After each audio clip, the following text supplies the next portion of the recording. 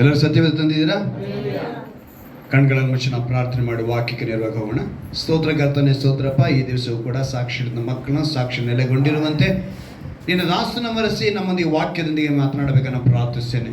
ವಾಕ್ಯವನ್ನು ಕೇಳುವುದಕ್ಕಾಗಿ ಬಂದಿರುವಂಥ ಪ್ರತಿಯೊಬ್ಬರು ಕೂಡ ಆ ವಾಕ್ಯಕ್ಕೆ ಸಮರ್ಪಿಸಿಕೊಂಡವರಾಗಿ ತಮ್ಮನ್ನ ಬದುಕಿನಲ್ಲಿ ಅನೇಕ ಬದಲಾವಣೆ ತಂದು ಅನೇಕರಿಗೆ ಸಾಕ್ಷಿಗಳಾಗಿ ನಿಮ್ಮ ನಾಮನ ಮಹಿಮೆಪಡಿಸುವಂತೆ ನೀವು ಕೃಪೆ ಮಾಡಿಕೊಡಬೇಕೆಂದು ನಮ್ಮ ರಕ್ಷಕನು ವಿಮೋಚಕನಾಗಿರುವ ಯೇಸು ಕ್ರಿಸ್ತನ ನಾಮದಲ್ಲಿ ಪ್ರಾರ್ಥಿಸ್ತೇನೆ. ನಾನು ಜೀವನ ತಂದೆಯೇ, ಆಮೆನ್. Hallelujah, hallelujah. ಕರ್ತನಾದ ಯೇಸು ಕ್ರಿಸ್ತನ ನಾಮದಲ್ಲಿ ನಿಮ್ಮೆಲ್ಲರನ್ನು ಮತ್ತೊಂದು ಆವರ್ತಿ ನಾನು ಆಶೀರ್ವದಿಸುತ್ತೇನೆ. ಒಂದು ಹಳ್ಳಿನಲ್ಲಿ ಜ್ಞಾನ ಬೋಧನೆ ಮಾಡುವಂಥ ಒಬ್ಬ ಗುರು ಇದ್ರು. ಅವರಿಗೆ ಕೆಲವು ಶಿಷ್ಯರುಗಳು ಕೂಡ ಇದ್ರು. ಈ ಗುರು ಕೆಲಸ ಏನು ಅಂತ ಹೇಳಿದ್ರೆ, ಆ ಹಳ್ಳಿನಲ್ಲಿ ಜ್ಞಾನ ಬೋಧನೆ ಅಂದರೆ ಒಳ್ಳೆ ವಿಚಾರಗಳನ್ನ ಹೇಳುವಂಥ ಒಂದು ಗುರು ಅವರು. ಆಯ್ತಾ? ಹಳ್ಳಿ ಜನ ಅವಾಗವಾಗ ಅವರ ಹತ್ರನ ಒಂದು 2 ದಿವಸ 3 ದಿವಸ ಮೀಟಿಂಗ್ ಥರ ಇಡಿಸೋದು, ಅವರ ಹತ್ರದಿಂದ ಹಿತವಚನಗಳನ್ನ ವಾಕ್ಯಗಳನ್ನ ಅಂದರೆ ಬೋಧನೆಗಳನ್ನ ಅವ್ರ ಹತ್ರ ಕೇಳೋದು. ಆ ರೀತಿಯೇ ಒಂದು ಸಮಯ ಬರುತ್ತೆ. ಆವತ್ತು ದಿವಸ ಹೇಳ್ತಾರೆ, ಗುರುಗಳೇ ಸುಮಾರು ದಿವಸಗಳಾಗೋಯ್ತು ನಾವು ನಿಮ್ಮ ಹತ್ರ ಹಿತವಚನ ಕೇಳಿ ಬೋಧನೆ ಕೇಳಿ, ಅದರಿಂದ ನೀವೇನು ಮಾಡಿ ನಮಗೊಂದು 3 ದಿವಸ ನಮಗೆ ಹಿತವಚನ ಬೇಕಾಗಿತ್ತು ಅಂತ ಹಳ್ಳಿ ಜನ ಹೇಳ್ತಾರೆ. ತಕ್ಷಣ ಗುರುಗಳು ಏನು ಹೇಳ್ತಾರೆ, ಈ ಬಾರಿ ನಾನು ಕೊಡಲ್ಲ ನಿಮಗೆ ಬೋಧನೆನ ಅಥವಾ ಒಂದು ಹಿತವಚನನ, ನನ್ನ ಶಿಷ್ಯರುಗಳು ಅನೇಕರಿದ್ದಾರೆ ಅವರುಗಳು ಕೊಡ್ತಾರೆ ಅಂತ ಹೇಳ್ತಾರೆ. ಹಂಗೆ ಹೇಳಿದ ತಕ್ಷಣ ಸರಿ ಆಯಿತು, ಶಿಷ್ಯರುಗಳು ಆಯಿತು ಅಂಥೇಳಿ ಹಳ್ಳಿ ಜನ ಒಪ್ಕೊಂಡ್ರು. ನಿಗದಿತ ದಿನ ಬಂತು, ನಿಗದಿತ ಸಮಯನೂ ಬಂದ್ಬಿಡ್ತು. ಅಂದರೆ ಒಂದು ದಿನ ಏರ್ಪಾಡು ಮಾಡಿದರು. 3 ದಿವಸ ಮೀಟಿಂಗ್ ಲೆಕ್ಕ. ಇಲ್ಲಿ ಶಿಷ್ಯರೆಲ್ಲ ಕೂಡಿದ್ರು, ಏನು ಗುರುಗಳು ಈ ರೀತಿ ನಮ್ಮ ಮೇಲೆ ಜವಾಬ್ದಾರಿ ಹಾಕ್ಬಿಟ್ರು ಅಂತ. ಎಲ್ಲದರಲ್ಲೂ ಒಬ್ಬ ಮೇಲೆ ನಿಂತ್ಕೊಂಡು ಒಬ್ಬ ಇರ್ತಾನೆ. ಅಲ್ಲಿ ಒಬ್ಬ ಗೆಳೆಯರೇ ಚಿಂತೆ ಯಾಕೆ ಮಾಡ್ತೀರಾ? ಅಲ್ಲಪ್ಪ, ಇಷ್ಟು ದಿವಸ ನಮ್ಮ ಗುರುಗಳು ಬೋಧನೆ ಮಾಡಿದ್ನಲ್ಲ, ಈ ಕಿವಿಯಾಗಿ ಬಂದು ಈ ಕಿವಿಯಾಗಿ ಹೋಗ್ಬಿಟ್ಟಿತ್ತು. ಇಲ್ಲೇ ಗುರುಗಳು ಹೇಳಿದ್ನಲ್ಲ ಎಲ್ಲಿಗೆ ಬಂತಂತೆ? ಈ ಕಿವಿಯಾಗಿ ಬಂದು ಈ ಕಿವಿಯಾಗೆ ಹೊಟ್ಟೋಯ್ತಂತೆ. ಅದರಿಂದ ನಾವೇನು ಮಾಡೋದು, ಏನು ಹೇಳೋದು ಅವ್ರಿಗೆ ಹಿತವಚನ ಹಳ್ಳಿ ಜನಕ್ಕೆ ಅಂಥೇಳಿ ಅವ್ರು ಯೋಚನೆ ಮಾಡುವಾಗ ಈ ಒಬ್ಬ ನಿಂತ್ಕೊಂಡಲ್ಲ ಎದ್ದೆ, ನೀವು ಯಾರು ಯೋಚನೆ ಮಾಡಬೇಡಿ, ನಿಮ್ಮ ಪರವಾಗಿ ನಾನು ಮಾತಾಡ್ತೀನಿ. ಇವರೆಲ್ಲ ಧೈರ್ಯ ತುಂಬ್ಕೊಂಬಿಟ್ಟು ಆಯಿತು. ಸರಿ, ಮೀಟಿಂಗ್ ಟೈಮ್ ಬಂತು, ನಿಗದಿತ ಸಮಯ ಬಂತು, ಆ ದಿನ ಬಂತು. ಹಳ್ಳಿ ಜನ ಬೆಳಗಿಂದಾನೆ, ಹಳ್ಳಿ ಜನಕ್ಕೆ ತುಂಬ ಪ್ರೀತಿ ಜಾಸ್ತಿ, ನಾನು ಕಂಡಿದ್ದೀನಿ. ಅಡಿಗೆ ಎಲ್ಲ ರೆಡಿ ಮಾಡಿದ್ರು. ಏನು ಮಾಡಿದ್ರು? ಅಡಿಗೆ ಎಲ್ಲ ರೆಡಿ ಮಾಡಿ ಮೀಟಿಂಗ್ಗೆ ರೆಡಿಯಾಗಿ ಬಂದು ಕೂತ್ಕೊಂಡ್ರೆ ಇವ ಬಂದಾಗಬೇಕು. ಈ ಶಿಷ್ಯ ಬಂದು ಮೊದಲನೇ ದಿವಸ ಅವನೇನು ಹೇಳ್ತಾನಂದರೆ, ನಾನು ಹೇಳುವಂಥ ವಿಷಯ ನಿಮಗೆ ಗೊತ್ತಾ ಅಂತ ಕೇಳ್ದ. ತಕ್ಷಣ ನಮ್ಮ ಹಳ್ಳಿ ಜನ, ಖಂಡಿತವಾಗಿಯೂ ನೀವು ಹೇಳುವಂಥ ವಿಷಯ ನಮಗೆ ಗೊತ್ತಿಲ್ಲ. ಯಾಕೆಂದರೆ ನೀವು ಇತಿಹಾಸ ಹೇಳ್ತಿರೋ, ಚರಿತ್ರೆ ಹೇಳ್ತಿರೋ, ಅಥವಾ ಪೌರಾಣಿಕ ಹೇಳ್ತಿರೋ, ಅಥವಾ ನೀವು ಯಾವುದೇ ವಿಜ್ಞಾನ ಹೇಳ್ತಿರೋ, ಯಾವ ವಿಷಯ ಹೇಳ್ತೀರೋ ಅನ್ನೋದು ನಮಗೆ ಗೊತ್ತಿಲ್ಲ. ಇವನೇನಂದ, ಏನಾದರೂ ನಿಮಗೆ ಸ್ವಲ್ಪ ಗೊತ್ತಿದ್ರೆ ಅದನ್ನು ಹಿಡಿದು ನಿಮಗೆ ಏನಾದ್ರು ಒಂದು ಹೇಳಬೇಕು ಅಂತ ಅಂದ್ಕೊಂಡೆ, ನೀವು ಗೊತ್ತಿಲ್ಲ ಅಂದಿದ್ದಕ್ಕೆ ಸೊ ಏನು ಹೇಳೋದಿಲ್ಲ, ಮನೆಗೆ ಹೋಗಿ ಅಂತ. ಏನಂತ ಹೇಳ್ದ? ಮನೆಗೆ ಹೋಗಿ ಅಂದ. ಬೇಸರ ಆಗೋಯ್ತು ಜನಕ್ಕೆ. ಏನು ಮಾಡಿದ್ರು ಅವರು? ಸರಿ, ಇವಾಗ ಏನು ಮಾಡೋದು ಅಂತ ಹೇಳಿ ಅವ್ರು ಹೊರಟೋದು. 2ನೇ ದಿವಸ ಸೇಮ್ ಮೀಟಿಂಗ್, ಯಾಕಂದ್ರೆ 3 ದಿವಸ ಮೀಟಿಂಗ್ ಅಲ್ವ ಅದು. 2ನೇ ದಿವಸ ರೆಡಿಯಾಗಿ ಬರ್ತಾ ಇದ್ದಾರೆ ಜನ. ಈಗೇನು ಅಂದ್ಕೊಂಡಿದ್ದಾರೆ, ನಿನ್ನೆ ನಾವು ಗೊತ್ತಿಲ್ಲ ಅಂದಿದ್ದಾನೆ ಅವನು ಹಂಗಂದ, ಇವತ್ತು ನಾವು ಎಲ್ಲ ಒಂದೇ ಬಾಯಿಂದ ಒಂದೇ ಗಂಟಲಿಂದ ಏನು ಹೇಳಬೇಕು, ಮೀಟಿಂಗ್ ಸ್ಟಾರ್ಟ್ ಆಯಿತು. ಇವತ್ತು ಒಂದು ಸೇಮ್ ಪ್ರಶ್ನೆ ಕೇಳ್ತಾನೆ, ನಾನು ಹೇಳುವಂಥ ವಿಷಯ ನಿಮಗೆ ಗೊತ್ತಾ ಅಂತ. ತಕ್ಷಣ ಇವರೆಲ್ಲ, ನೀನು ಹೇಳುವಂಥ ವಿಷಯ ನಮಗೆ ಗೊತ್ತಿದೆ ಅಂದ. ತಕ್ಷಣ ನಿಮಗೆ ಎಲ್ಲ ವಿಷಯ ಗೊತ್ತಿರೋವಾಗ ನಾನು ನಿಮ್ಗೆ ಏನು ಹೇಳಬೇಕು, ಅದರಿಂದ ಇವತ್ತು ಏನು ಹೇಳಲ್ಲ, ಮನೆಗೆ ಹೋಗಿ ಅಂತ. ಹಳ್ಳಿ ಜನಕ್ಕೆ 2ನೇ ದಿವಸನೂ ಬೇಸರ ಆಗೋಯ್ತು. ಏನಿದೀವನು ಈ ಥರ ಮಾಡ್ತಾನಲ್ಲ ಅಂಥೇಳಿ 2ನೇ ದಿವಸ ಹೊಟ್ಟೋದು. 3ನೇ ದಿವಸ ಮೀಟಿಂಗ್ ಇದೆ. ಇವತ್ತೇನು ಅಂದ್ಕೊಂಡ್ರು, ಈ ಮೀಟಿಂಗ್ ಬರೋದಕ್ಕೆ ಮುಂಚೆ ಹಳ್ಳಿ ಜನ ಒಂದು ಕಡೆ ಮೀಟಿಂಗ್ ಮಾಡ್ತಾರೆ. ಏನಂತ, ಇವತ್ತು ಆ ಶಿಷ್ಯನ ಹತ್ರ ಏನಾದರೂ ನಾವು ಹೇಳಿಸ್ಕೊಳ್ಳೇಬೇಕು, ಇವತ್ತು ನಾವೆಲ್ಲ ಎರಡು ಗುಂಪಾಗ್ಬಿಡೋಣ. ಎರಡು ಗುಂಪಿನಲ್ಲಿ ಒಂದು ಗುಂಪು ಗೊತ್ತಿದೆ, ಇನ್ನೊಂದು ಗುಂಪು ಗೊತ್ತಿಲ್ಲ. ಈ ರೀತಿಯಾಗಿ ಹೇಳಬೇಕು. ಇವತ್ತು ಅವನ ಹತ್ರ ಬಿಡಬಾರ್ದು ಅಂತ ಹೇಳಿ ಏನು ಮಾಡಿದ್ರು, ಹೋದ್ರು ಹಳ್ಳಿ ಜನ. ಸರಿ, ಮೀಟಿಂಗ್ ಸ್ಟಾರ್ಟ್ ಆಯ್ತು. ಇವನು 3ನೇ ದಿವಸ ಏನು ಹೇಳ್ದ, ಏನಂತ ಹೇಳ್ತಿದ್ದಾನೆ, ನಾನು ಹೇಳುವಂಥ ವಿಷಯ ನಿಮಗೆ ಗೊತ್ತಾ ಗೊತ್ತಾ ಅಂತ ಅದೇ ಪ್ರಶ್ನೆ ಆಗ್ದ. ಇವರಲ್ಲಿ ಒಂದು ಗುಂಪು ಏನು ಮಾಡ್ತು, ಗೊತ್ತಿಲ್ಲ ಗೊತ್ತಿಲ್ಲ ಅಂತ. ಇವನು ಯೋಚನೆ ಮಾಡ್ತಾನೆ, ದಿನ ಒಗ್ಗಟ್ಟಾಗಿ ಒಂದೇ ಗುಂಪಾಗಿ ಕೂತ್ಕೊಂಡಿದ್ದಾನ, ಎರಡು ಭಾಗ ಕುಂತು ಬಿಟ್ಟಿದೆಯಲ್ಲ ಯಾಕೆ ಅಂದ್ಬಿಟ್ಟು, ಸರಿ ಈ ಎಡಗಡೆ ತೋರಿಸ್ಬಿಟ್ಟು ಹೇಳ್ದ, ನಿಮಗೆ ಗೊತ್ತಾ ಅಂತ ಕೇಳಿದ್ರೆ ಅವ್ರು ಗೊತ್ತಿಲ್ಲ ಅಂದ್ರು. ಬಲಗಡೆ ನಿಂತವನು ಕೇಳ್ದ, ನಿಮಗೆ ಗೊತ್ತಿಲ್ವಾ ಅಂದೆ, ನಮಗೆ ಗೊತ್ತಿದೆ ಅಂದ. ತಕ್ಷಣ ಇವನೇನು ಮಾಡ್ದ, ನೋಡಿ ಈ ಗೊತ್ತಿಲ್ಲದೆ ಇರೋರು ಗೊತ್ತಿರೋರ ಹತ್ರ ಹೋಗಿ ಕೇಳಿಸ್ಕೊಂಡು ಮನೆಗೆ ಹೋಗಿ. ಅಲ್ಲಿಗೆ ಅವನೇನು ಮಾಡ್ದ, 3 ದಿವಸನೂ ಅಂದರೆ ತನ್ನ ಒಂದು ಜಾಣತನದಿಂದ, ಆ ಜಾಣತನದಿಂದ ಅಲ್ಲಿ ಏನನ್ನೂ ಹೇಳಿದ್ರೆ ಫಲ ಹೊಂದ್ಕೊಳ್ಬೇಕು ಅನ್ನೋ ಶಿಷ್ಯ ಇವನು. ಇದ್ರಲ್ಲಿ ನಾವೇನು ತಿಳ್ಕೋಬೇಕು ಅಂತ ಹೇಳಿದ್ರೆ, ಇವತ್ತು ಪ್ರಪಂಚ ಈ ರೀತಿನೇ, ವಿಷಯ ಇಲ್ಲದೇ ಇರುವಂಥ ಸ್ಥಳದಲ್ಲಿ, ಬೋಧನೆ ಇಲ್ಲದೇ ಇರುವಂಥ ಸ್ಥಳದಲ್ಲಿ, ವಾಕ್ಯ ಇಲ್ಲದೇ ಇರುವಂಥ ಸ್ಥಳದಲ್ಲಿ ಹುಡುಕಿ ಹೋಗುವಂಥ ಪ್ರಪಂಚ ಇವತ್ತು ಬಹಳ ಆಗಿದೆ. ಆದರೆ ವಾಕ್ಯ, ಉಪದೇಶ, ಬೋಧನೆ ಇರುವಂಥ ಸ್ಥಳದಲ್ಲಿ ಹುಡುಕಿ ಬರೋದಕ್ಕೆ ಮನುಷ್ಯರಿಗೆ ಮನಸ್ಸಿಲ್ಲ. ಇವತ್ತು ನಮಗೆ ಆ ವಿಷಯನ ದೇವರು ತಿಳಿಯಪಡಿಸೋದಕ್ಕೆ ಅವರು ಇಷ್ಟಪಡ್ತಾರೆ. ದೇವರ ವಿಷಯಗಳನ್ನ ಅನೇಕರಿಗೆ ಕೇಳೋದಕ್ಕೆ ಸಮಯನೂ ಇಲ್ಲ, ತಾಳ್ಮೆನೂ ಇಲ್ಲ, ಮನಸ್ಸೂ ಇಲ್ಲ. ಆ ಶಿಷ್ಯರು ಹೆಂಗಿದ್ರು ಹಾಗೆ ಇದ್ದಾರೆ. ಬರ್ತಾರೆ, ಈ ಕಿವಿಯಲ್ಲಿ ಕೇಳ್ತಾರೆ, ಈ ಕಿವಿಯಲ್ಲಿ ಬಿಟ್ಟು ಹೋಗ್ತಾರೆ. ಯಾವುದು ಮನಸ್ಸಿನ ಒಳಗೆ ಕುಳಿತುಕೊಳ್ತಾ ಇಲ್ಲ.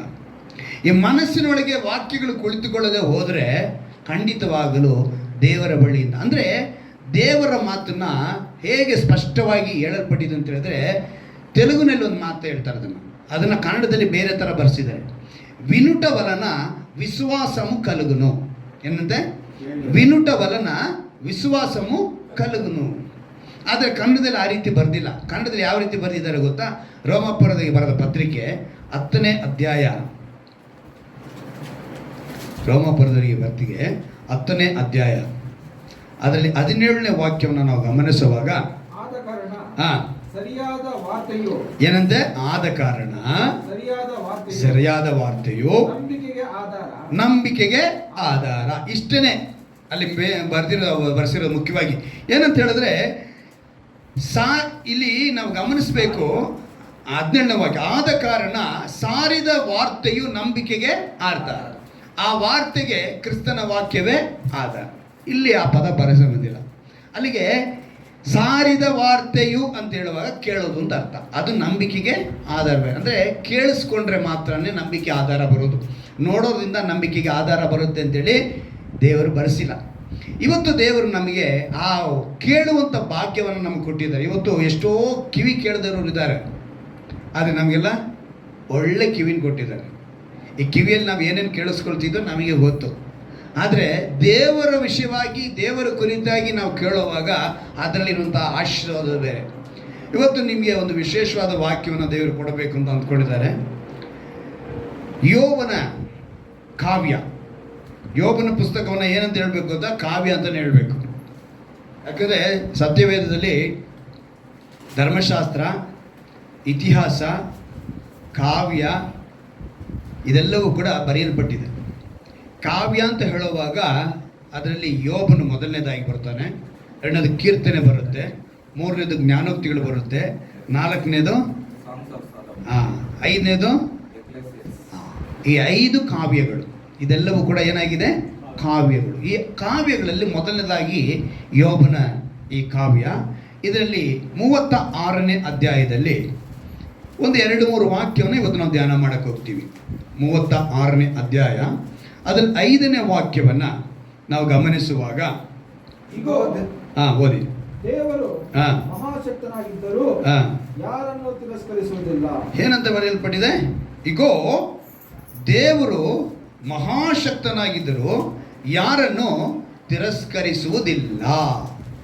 ಈ ಪದನ ನಾವು KJV ಬೈಬಲಲ್ಲಿ ಸ್ವಲ್ಪ ಚೇಂಜ್ ಮಾಡಿದರೆ ಬಲಿಷ್ಠನು ಅಂತೇಳಿ ಬರೆಯಲ್ಪಟ್ಟಿದೆ. ಮಹಾಶಕ್ತಿ ಅನ್ನೋ ಜಾಗದಲ್ಲಿ ಬಲಿಷ್ಠನು ಅಂತ ಬರೆಯಲ್ಪಟ್ಟಿದೆ. ಇಲ್ಲಿ ನಾವು ಗಮನಿಸಬೇಕಾಗಿರೋದು ಮುಖ್ಯವಾಗಿ ಇಗೋ. ಇದನ್ನು ಇಂಗ್ಲೀಷ್ನಲ್ಲಿ ಬಿಹೋಲ್ಡ್, ಅದನ್ನು ಇನ್ನೊಂದು ರೀತಿಯೂ ಹೇಳ್ತಾರಂತೆ, ಬಿಹೋಲ್ಡ್ನ ಬಹೋಲ್ಡ್ ಅಂತ ಕೂಡ ಹೇಳ್ತಾರಂತೆ. ಈ ಪದನ ಗ್ರೀಕ್ ಪದ ಅಂದರೆ ಇಬ್ರಿಯ ಪದ. ಇಬ್ರಿಯ ಪದದಲ್ಲಿ ಏನಂತ ಬರೆದಿದೆ ಅಂತ ಹೇಳಿದ್ರೆ ಹೆನ್. ಏನಂತ ಬರೆಯಲ್ಪಟ್ಟಿದೆ? ಹೆನ್. ಅಂದರೆ ನಿಲ್ಲು, ನೋಡು, ಅಥವಾ ನಿಲ್ಲು, ಆಲೋಚಿಸು, ನಿಲ್ಲು, ಚಿಂತಿಸು ಅರ್ಥ. ಆ ಇಬ್ರಿಯ ಪದದ ಅರ್ಥ ಏನು ಅಂದರೆ ಹೆನ್ ಅನ್ನೋ ಪದಕ್ಕೆ ಅರ್ಥ ಇಂಗ್ಲೀಷ್ನಲ್ಲಿ ಬಿಹೋಲ್ಡ್, ಕನ್ನಡದಲ್ಲಿ ಈಗೋ. ಈ ಈಗೋ ಅನ್ನೋ ಪದನ ಬರೆದು ದೇವರು ನೆಕ್ಸ್ಟ್ ಹೇಳ್ತಿದ್ದಾರೆ ಮಹಾಶಕ್ತಿ. ಇದನ್ನು ನಾನೇನು ಮಾಡಿದೆ ಅಂತ ಹೇಳಿದ್ರೆ ತೆಲುಗು ಬೈಬಲ್ನ ತೆಗೆದುಕೊಂಡು ಅದರಲ್ಲಿ ನೋಡಿದೆ. ಅದರಲ್ಲಿ ಈ ಪದನ, ಈ ವಾಕ್ಯನ ತುಂಬ ಅದ್ಭುತವಾಗಿ ಬರೆಸಿದ್ದಾರೆ. ఆలోచించుము దేవుడు బలవంతుడు గాని ఆయన ఎవరిని తిరస్కారము చెయ్యడు. ಇಲ್ಲೇನದು ಬರೆಯಲ್ಪಟ್ಟಿದೆ? ಆಲೋಚಿಂಚುಮು. ಇಲ್ಲಿ ನಮಗೆ ಆಲೋಚಿಂಚುಮು ಅನ್ನೋ ಪದ ಜಾಗದಲ್ಲಿ ಇಗೋ ಅಂದರೆ ಈಬ್ರು ಪದ ಹೆನ್ ಇದೆಯಲ್ಲ, ಆ ಪದವನ್ನು ಇವರು ಕನ್ನಡದಲ್ಲಿ ಇಗೋ ಅಂತ ಬರೆಸಿದ್ದಾರೆ. ಇವರೇನು ಮಾಡಿದ್ದಾರೆ ತೆಲುಗಿನವರು, ಅದೇ ಪದದ ಅರ್ಥ ನಿಲ್ಲು, ಆಲೋಚಿಸು, ನಿಲ್ಲು, ಚಿಂತಿಸು, ನಿಲ್ಲು, ಯೋಚಿಸು, ನಿಲ್ಲು, ನೋಡು ಅನ್ನೋ ಅರ್ಥಗಳ ಆ ಪದಕ್ಕೆ ಬರುತ್ತೆ, ಆ ಇಬ್ರಿಯ ಪದಕ್ಕೆ. ಆ ಪದಕ್ಕೆ ಇರುವಂಥ ಅರ್ಥವನ್ನು ತೆಲುಗಿನವರು ಡೈರೆಕ್ಟಾಗಿ ಆಲೋಚಿಂಚುಮು ಅಂತ ಬರೆದಿದ್ದಾರೆ. ಅಲ್ಲಿಗೆ ನಾವು ಏನನ್ನ ಆಲೋಚಿಸಬೇಕು, ನಾವು ಏನನ್ನ ನಿಂತು ನೋಡಬೇಕು, ನಾವು ಏನನ್ನ ನಿಂತು ಯೋಚಿಸಬೇಕು ಅಂತೇಳಿ ಅಲ್ಲಿ ಗಮನಿಸಿದ್ರೆ, ದೇವರು ಮಹಾಶಕ್ತನಾಗಿದ್ದರೂ ಯಾರನ್ನೂ ತಿರಸ್ಕರಿಸುವುದಿಲ್ಲ. ಏನಾಗಿದ್ದಾರೆ ದೇವರು? ಶಕ್ತಿ ಉಳ್ಳವನಾಗಿದ್ದಾರೆ, ಆತನು ಯಾರನ್ನು ತಿರಸ್ಕರಿಸುವುದಿಲ್ಲ. ಇಂದು ಲೋಕದಲ್ಲಿ ಅನೇಕರು ತಮ್ಮ ಶಕ್ತಿನ, ಬಲವನ್ನು ಪ್ರದರ್ಶನ ಮಾಡ್ತಾರೆ, ತೋರಿಸ್ಕೊಳ್ತಾರೆ ಬೇರೆ ರೀತಿ. ಒಬ್ಬನಿಗೊಂದು ಬಲ ದಬ್ಬಾಳಿಕೆ ಮಾಡೋದಕ್ಕೆ, ಕೆಲವೊಂದು ದೌರ್ಜನ್ಯ ಮಾಡೋದಕ್ಕೆ, ಇನ್ನು ಕೆಲವರು ಹಣ ಇದ್ದರೆ ಅವ್ರದ್ದೇ ಒಂಥರ ಬಲ, ಅವ್ರದ್ದೊಂದು ಶಕ್ತಿ ಬೇರೆ ಥರ ತೋರಿಸ್ತಾರೆ. ಇನ್ನು ಕೆಲವರು ಸೌಂದರ್ಯ, ಈ ಸೌಂದರ್ಯ ಇರೋದು, ಈ ಸೌಂದರ್ಯನ ಗಮನಿಸಿದ್ರೆ ತುಂಬ ಜನ ಇದ್ದಾರೆ ಆ ಥರ. ಸೌಂದರ್ಯ ಇಲ್ಲದೆ ಇರೋರನ್ನ ನೋಡುವಾಗ ಒಂಥರ ಕೀಳು ಭಾವನೆಯಿಂದ ನೋಡೋದು, ಒಂಥರ ಏನೋ ಒಂದು. ಇನ್ನೊಂದು ಬಣ್ಣ ಇರೋರು ಕೂಡ ಏನು ಮಾಡ್ತಾರೆ, ಒಂಥರ ನೋಡ್ತಾರೆ. ಅದು ಮಾತ್ರ ಅಲ್ಲ, ವಿದ್ಯೆ ಹೆಚ್ಚಾಗಿದ್ದರೆ ಅವರೊಂಥರ. ಅಧಿಕಾರ ಇರೋರು, ಅಂದರೆ ಇಂಥ ವಿಷಯಗಳಲ್ಲಿ ಬಲ ಹೊಂದಿರೋರು, ಶಕ್ತಿ ಇರೋರು ಏನು ಮಾಡ್ತಾರೆ, ಭೂಮಿ ಮೇಲೆ ತಿರಸ್ಕಾರ ಮಾಡೋದು ಹೆಚ್ಚು. ಆದರೆ ಇಲ್ಲಿ ಒಂದು ಮಾತು ಬರೆಯಲ್ಪಟ್ಟಿದೆ, ದೇವರು ಮಹಾಶಕ್ತನಾಗಿದ್ದರೂ ಯಾರನ್ನೂ ತಿರಸ್ಕರಿಸಲಿಲ್ಲ. ಇದನ್ನ ಯೋಬನ ಕಾವ್ಯದಲ್ಲಿ ಬರೆದು ಹೇಳುವ ಮುಖ್ಯ ಉದ್ದೇಶ ಏನು ಅಂತ ಹೇಳಿದ್ರೆ, ಈ ಯೋಬನ ಕಾವ್ಯ ನಾನು ಅವತ್ತು ಕೂಡ ಒಂದ್ಸಲ ಹೇಳಿದೆ, ಇದನ್ನು ಬರೆದಿದ್ದು ಮೊದಲನೇದು ಆರಂಭ ಮತ್ತು ಮುಕ್ತಾಯ ಮೋಶೆ ಬರೆದಿರೋದು. ಮಧ್ಯದಲ್ಲಿ ಆತನ ಫ್ರೆಂಡ್ಸ್ ಇದ್ರು 3 ಜನ. ಎಷ್ಟು ಜನ ಗೊತ್ತು ಯೋಬನ ಫ್ರೆಂಡ್ಸ್? 3 ಜನ. 2ನೇ ಅಧ್ಯಾಯ ತೆಕ್ಕೊಳ್ಳಿ, ಯೋಬನ ಗ್ರಂಥದಲ್ಲಿ 2ನೇ ಅಧ್ಯಾಯ 11ನೇ ವಾಕ್ಯ. ಅವನ 3 ಫ್ರೆಂಡ್ಸ್ ಹೆಸರನ್ನ ಅಲ್ಲಿ ಬರ್ಸಿದ್ದಾರೆ. ಆ 3 ಜನ ಅಲ್ಲಿದ್ದಾರೆ. ತೆಮನ್ಯನಾದ ಎಲಿಫಜನು ಒಬ್ಬನ ಮೊದಲನೇನು, ಶುಹನ್ಯನಾದ ಬಿಲ್ಲದನು ಎರಡನೇವನು, ನಾಮತ್ಯನಾದ ಚೋಫರನು. ಈ 3 ಜನ ಫ್ರೆಂಡ್ಸು. ಈಗ ಈ ಯೋಬನ ಕಾವ್ಯದಲ್ಲಿ ಗಮನಿಸಬೇಕಾಗಿದೆ ಏನು ಅಂತ ಹೇಳಿದ್ರೆ, ಯೋಬನಿಗೂ ಅವನ ಫ್ರೆಂಡ್ಸಿಗೂ ಮಧ್ಯದಲ್ಲಿ ಒಬ್ಬ ವ್ಯಕ್ತಿ ಇದ್ದಾನೆ. ಆ ವ್ಯಕ್ತಿನೇ 36ನೇ ಅಧ್ಯಾಯದಲ್ಲಿ ನಾವು ಗಮನಿಸ್ತಾ ಇದ್ದೀವಿ. ಅವನೊಂದು ಮಾತನ್ನು ಹೇಳಿದ್ದು ಏನಂತೆ, ದೇವರು ಮಹಾಶಕ್ತನಾಗಿದ್ದರೂ ಯಾರನ್ನು ತಿರುಗಿಸಿಲ್ಲ. ಆ ವ್ಯಕ್ತಿ ಯಾರು ಅಂತ ಹೇಳಿದ್ರೆ 36ನೇ ಅಧ್ಯಾಯದ ಮೊದಲನೇ ವಾಕ್ಯ, ಆಮೇಲೆ ಎಲಿಹು ಅಂತ ಹೇಳಿ ಬರೆಯಲ್ಪಟ್ಟಿದೆ. ಎಲಿಹು ಅನ್ನೋ ವ್ಯಕ್ತಿ ತಿಳಿಸ್ತಾ ಇದ್ದಾನೆ. ಇಲ್ಲಿ ಅವನ ಫ್ರೆಂಡ್ಸು, ಅಂದರೆ ಯೋಬನ ಕಾವ್ಯವನ್ನು ಆರಂಭ ಮತ್ತು ಮುಕ್ತಾಯ ಮೋಶೆ ಬರೆದಿದ್ರೆ, ಇನ್ನು ಮಧ್ಯದಲ್ಲಿ ದೇವರಿಗೂ ಯೋಬನಿಗೂ ಆದಂಥ ಸಂಭಾಷಣೆ ಮತ್ತು ಯೋಬನಿಗೂ ಅವನ ಸ್ನೇಹಿತರಿಗೂ ಆದಂಥ ಸಂಭಾಷಣೆ, ಆ ವಿಷಯಗಳನ್ನೆಲ್ಲ ಅವರವರೇ ಬರೆದಿದ್ದಾರೆ ಅಂಥೇಳಿ ವೇದ ಪಂಡಿತರುಗಳ ಒಂದು ನಂಬಿಕೆ. ಇನ್ನೊಂದು ಆರಿದಕ್ಕೆ ಮಾತ್ರನೇ ಇದೆ. ಅಂದರೆ ಪೂರ್ತಿಯಾಗಿ ಇವರೇ ಬರೆದ್ರು ಅನ್ನೋದಕ್ಕೆ ಯಾವುದೇ ಪುರಾವೆಗಳು ಆಧಾರಗಳು ಸಿಕ್ಕಲಿಲ್ಲ. ಆದರೆ ಒಂದು ಅವರ ಅನಿಸಿಕೆಗಳನ್ನ, ನಂಬಿಕೆಗಳನ್ನ ಅವರು ಬರೆದಿದ್ದಾರೆ. ಇವೆಲ್ಲವೂ ಅವರ ಅಭಿಪ್ರಾಯ ಪಡ್ತಾ ಇರೋದು. ಈ ಚರಿತ್ರೆಯ ಪುಸ್ತಕ ಬರೀತಾರಲ್ಲ, ಅವರು ಸಂಶೋಧನೆ ಮಾಡಿರೋ ಪ್ರಕಾರ ಇವರು ಬರೆದಿರಬಹುದು ಅನ್ನೋ ಅಭಿಪ್ರಾಯಗಳನ್ನ ತಿಳಿಸ್ತಾ ಇದ್ದಾರೆ. ಯಾವುದು ಇದನ್ನು ಅಂದರೆ ಸುಮಾರು ಕ್ರಿಸ್ತ ಪೂರ್ವ 1500 ವರ್ಷಗಳ ಹಿಂದೆ ಮೋಶೆ ಇದನ್ನು ಆರಂಭಿಸ್ತಾರೆ. ಯಾಕೆ ಯೋಬನು ಬರೆದಿರಬಹುದು, ಅವನ ಸ್ನೇಹಿತರು ಸೇರಿ ಬರೆದಿರಬಹುದು ಅನ್ನೋದಕ್ಕೆ ಕಾರಣ ನಾವು ಇಲ್ಲಿ ತಿಳಿಸ್ತಾ ಇದ್ದೀವಿ. ಏನಕ್ಕೆ ಅಂತ ಹೇಳಿದ್ರೆ, ಮೊದಲನೇ ಅಧ್ಯಾಯದಲ್ಲಿ ನಾವು ನೋಡ್ತೀವಿ ಅವನೇನಂತ ಹೇಳ್ತಾನೆ ಅಂದರೆ, ತನ್ನ ಮಕ್ಕಳು ಏನಾದ್ರು ತಪ್ಪು ಮಾಡಿದರೆ ಅವರಿಗೆ ಪರಿಹಾರ ಆಗಬೇಕು ಅಂತ ಏನು ಮಾಡ್ತಾನಂತೆ, ಯಜ್ಞಗಳನ್ನು ಸಮರ್ಪಿಸ್ತಾನೆ. ಈ ಯಜ್ಞದ ಆಚರಣೆ ಯಾವಾಗ ಬಂತು ಅಂತೇಳಿ ಮನುಷ್ಯರಿಗೆ ತಿಳಿಸಲ್ಪಡ್ತು ಅಂತ ಹೇಳಿದ್ರೆ, ಧರ್ಮಶಾಸ್ತ್ರ ಯಾವಾಗ ಬರುತ್ತೋ ಆ ಧರ್ಮಶಾಸ್ತ್ರದಲ್ಲಿ ಮೋಶೆ ಮೂಲಕ ಯಾಜಕರು ಮಾತ್ರ ಏನು ಮಾಡಬೇಕು, ಯಜ್ಞವನ್ನು ಸಮರ್ಪಿಸಬೇಕಿತ್ತು. ಆದರೆ ಇಲ್ಲಿ ಯೋಬನೇ ಯಜ್ಞವನ್ನು ಸಮರ್ಪಿಸುತ್ತಿದ್ದ ಅಂತ ಹೇಳಿದ್ರೆ, ಇವರಿಗಿಂತ ಅವನು ಮುಂದೆ. ಯಾರು? ಯೋಬ. ಸೊ ಅವನೇನು ಮಾಡ್ದ, ಅವನ ಕಾಲದಲ್ಲಿ ಯಾರಿಲ್ಲ, ಯಾಜಕರು ಇರಲಿಲ್ಲ. ಅದರಿಂದ ಅವನೇನು ಮಾಡ್ತಾನೆ, ತನ್ನ ಕುಟುಂಬಕ್ಕೋಸ್ಕರ ತಾನೇ ಯಜ್ಞವನ್ನು ಸಮರ್ಪಿಸುತ್ತಿದ್ದ ಎಂಬ ಆಧಾರದ ಮೇಲೆ ಚರಿತ್ರೆಗಾರರು ಈ ಅಭಿಪ್ರಾಯದಲ್ಲಿ ಕಾವ್ಯವನ್ನ, ಈ ಯೋಬನ ಕಾವ್ಯ ಮೊದಲನೇದಾಗಿ ಸತ್ಯವೇದದಲ್ಲಿ ಬರೆಯಲ್ಪಟ್ಟಂಥ ಪುಸ್ತಕ ಅಂತೇಳಿ ಹೇಳ್ಬೋದು. ಆಮೇಲೆ ಧರ್ಮಶಾಸ್ತ್ರಗಳು ಅಂದರೆ ತೋರ 4-5 ಧರ್ಮಶಾಸ್ತ್ರಗಳಿದ್ರೆ ಅವೆಲ್ಲ ಬರೆಯಲ್ಪಡ್ತು. ಹಾಗೆ ನಂತರ ಒಂದೊಂದೇ ಬರೆಯಲ್ಪಟ್ಟಿದ್ದಾಗಿ ಬಂದಿದೆ. ಅಂದರೆ ಕ್ರಿಸ್ತ ಪೂರ್ವ 1500 ವರ್ಷಗಳಿಂದ. ಅಂದರೆ ಯೋಬನು ಸುಮಾರು 1 ವರ್ಷ ಶೋಧನೆ ಒಳಗಡೆ ಪ್ರವೇಶ ಮಾಡ್ತಾನೆ. ಎಲ್ಲಿ ಒಳಗಡೆ? ಶೋಧನೆ. ಅಂದರೆ ಅವನಿಗಿದ್ದಂಥ ಮಕ್ಕಳು ಹೋಗ್ತಾರೆ, ಅವನ ಆಸ್ತಿ ಹೋಗುತ್ತೆ, ಸಂಪತ್ತು ಹೋಗುತ್ತೆ, ಕೊನೆಗೆ ಅವನ ಶರೀರದಲ್ಲಿ ಹುಣ್ಣಾಗುತ್ತೆ, ರೋಗ ಬೀಳ್ತಾನೆ. ಇವೆಲ್ಲವೂ ಕೂಡ ಅವನು 1 ವರ್ಷಗಳ ಕಾಲ ಆ ಶ್ರಮೆಯ ಕಾಲದಲ್ಲಿ ಹೋಗ್ತಾನೆ. ನೋಡಿ, ಯಾವಾಗ ಶೋಧನೆ, ಒಂದು ಬಾಧೆ, ಸಮಸ್ಯೆ, ಇಕ್ಕಟ್ಟು ಇವೆಲ್ಲ ಬಂದರೆ, ಸವಾಲುಗಳು ಎದುರಾದಾಗ ಮನುಷ್ಯನ ನಿಜ ಗುಣ, ನಿಜ ರೂಪ ಬಯಲಾಗುತ್ತೆ, ಹೊರಗೆ ಬರುತ್ತೆ. ಅಲ್ಲಿವರೆಗೂ ಅವನಿಗೇನಿರಲ್ಲ, ಅವನ ನಿಜ ಸ್ವರೂಪ ಯಾರಿಗೂ ಗೊತ್ತಾಗಲ್ಲ. ಕೇಳ್ತಾರೆ, ಕೆಲವು ಡೈಲಾಗ್ ಹೊಡಿತಾರೆ ಅಂದೆ, ನನ್ನೊಳಗೆ ಇನ್ನೊಬ್ಬ ಇದ್ದಾನೆ ಅಂತಾನೆ. ಏನಂತ ಹೇಳ್ತಾನೆ? ಆ ಇನ್ನೊಬ್ಬ ಯಾರು ಅಂತ ಹೇಳಿ ಯಾವಾಗ ಬರುತ್ತೆ ಅಂತ ಹೇಳಿದ್ರೆ, ಫಸ್ಟು 1ನೇ ತಾರೀಕಿಂದ 10ನೇ ತಾರೀಕುವರೆಗೂ ಯಾರಿಗೂ ಕಾಣಿಸಲ್ಲ. 1ನೇ ತಾರೀಕಿಂದ ಎಲ್ಲರ ಜೊತೆ ಸಂತೋಷವಾಗಿರ್ತಾರೆ. 10ನೇ ತಾರೀಕು ಮೇಲೆ ಒಬ್ಬ ಹೊರಗೆ ಬರ್ತಾನೆ. ಯಾರು? ಈ 1ನೇ ತಾರೀಕಿಂದ ನಮ್ಮ ಹತ್ರ ಸಂಬಳ ಇರುತ್ತೆ ಜೋಬ್ನಲ್ಲಿ. ಸಂಬಳ ಜೋಬಲ್ಲಿ ಇರೋವರೆಗೂ ನಾವೆಲ್ಲ ಖುಷಿಯಾಗಿ ಬಾಯಿನಲ್ಲಿ ಯಾವಾಗಲೂ ಹಲ್ಲು ಕಾಣಿಸ್ತಾನೆ ಇರುತ್ತೆ, ನಗ್ನಗ್ತಾ ಇರ್ತೀವಿ. 10ನೇ ತಾರೀಕು ಮೇಲೆ ಹಣ ಖರ್ಚಾಗಿರುತ್ತೆ. ಆವಾಗ ಏನು ಮಾಡ್ತೀವಿ? ಮುಟ್ಟಿದ್ದಕ್ಕೆಲ್ಲ ಅವಾಗ ತಾನೇ ಮನೇಲಿ ಏನೋ ಒಂದು ಹೇಳ್ತಾರೆ, ತರಕಾರಿ ತನ್ನೋ, ಹಾಲು ತನ್ನೋ ಅಂತ ಹೇಳಿದಾಗ ಆವಾಗ ನಮ್ಮ ಕೋಪಗಳು ಬರ್ತವೆ. ಎಲ್ಲಿ?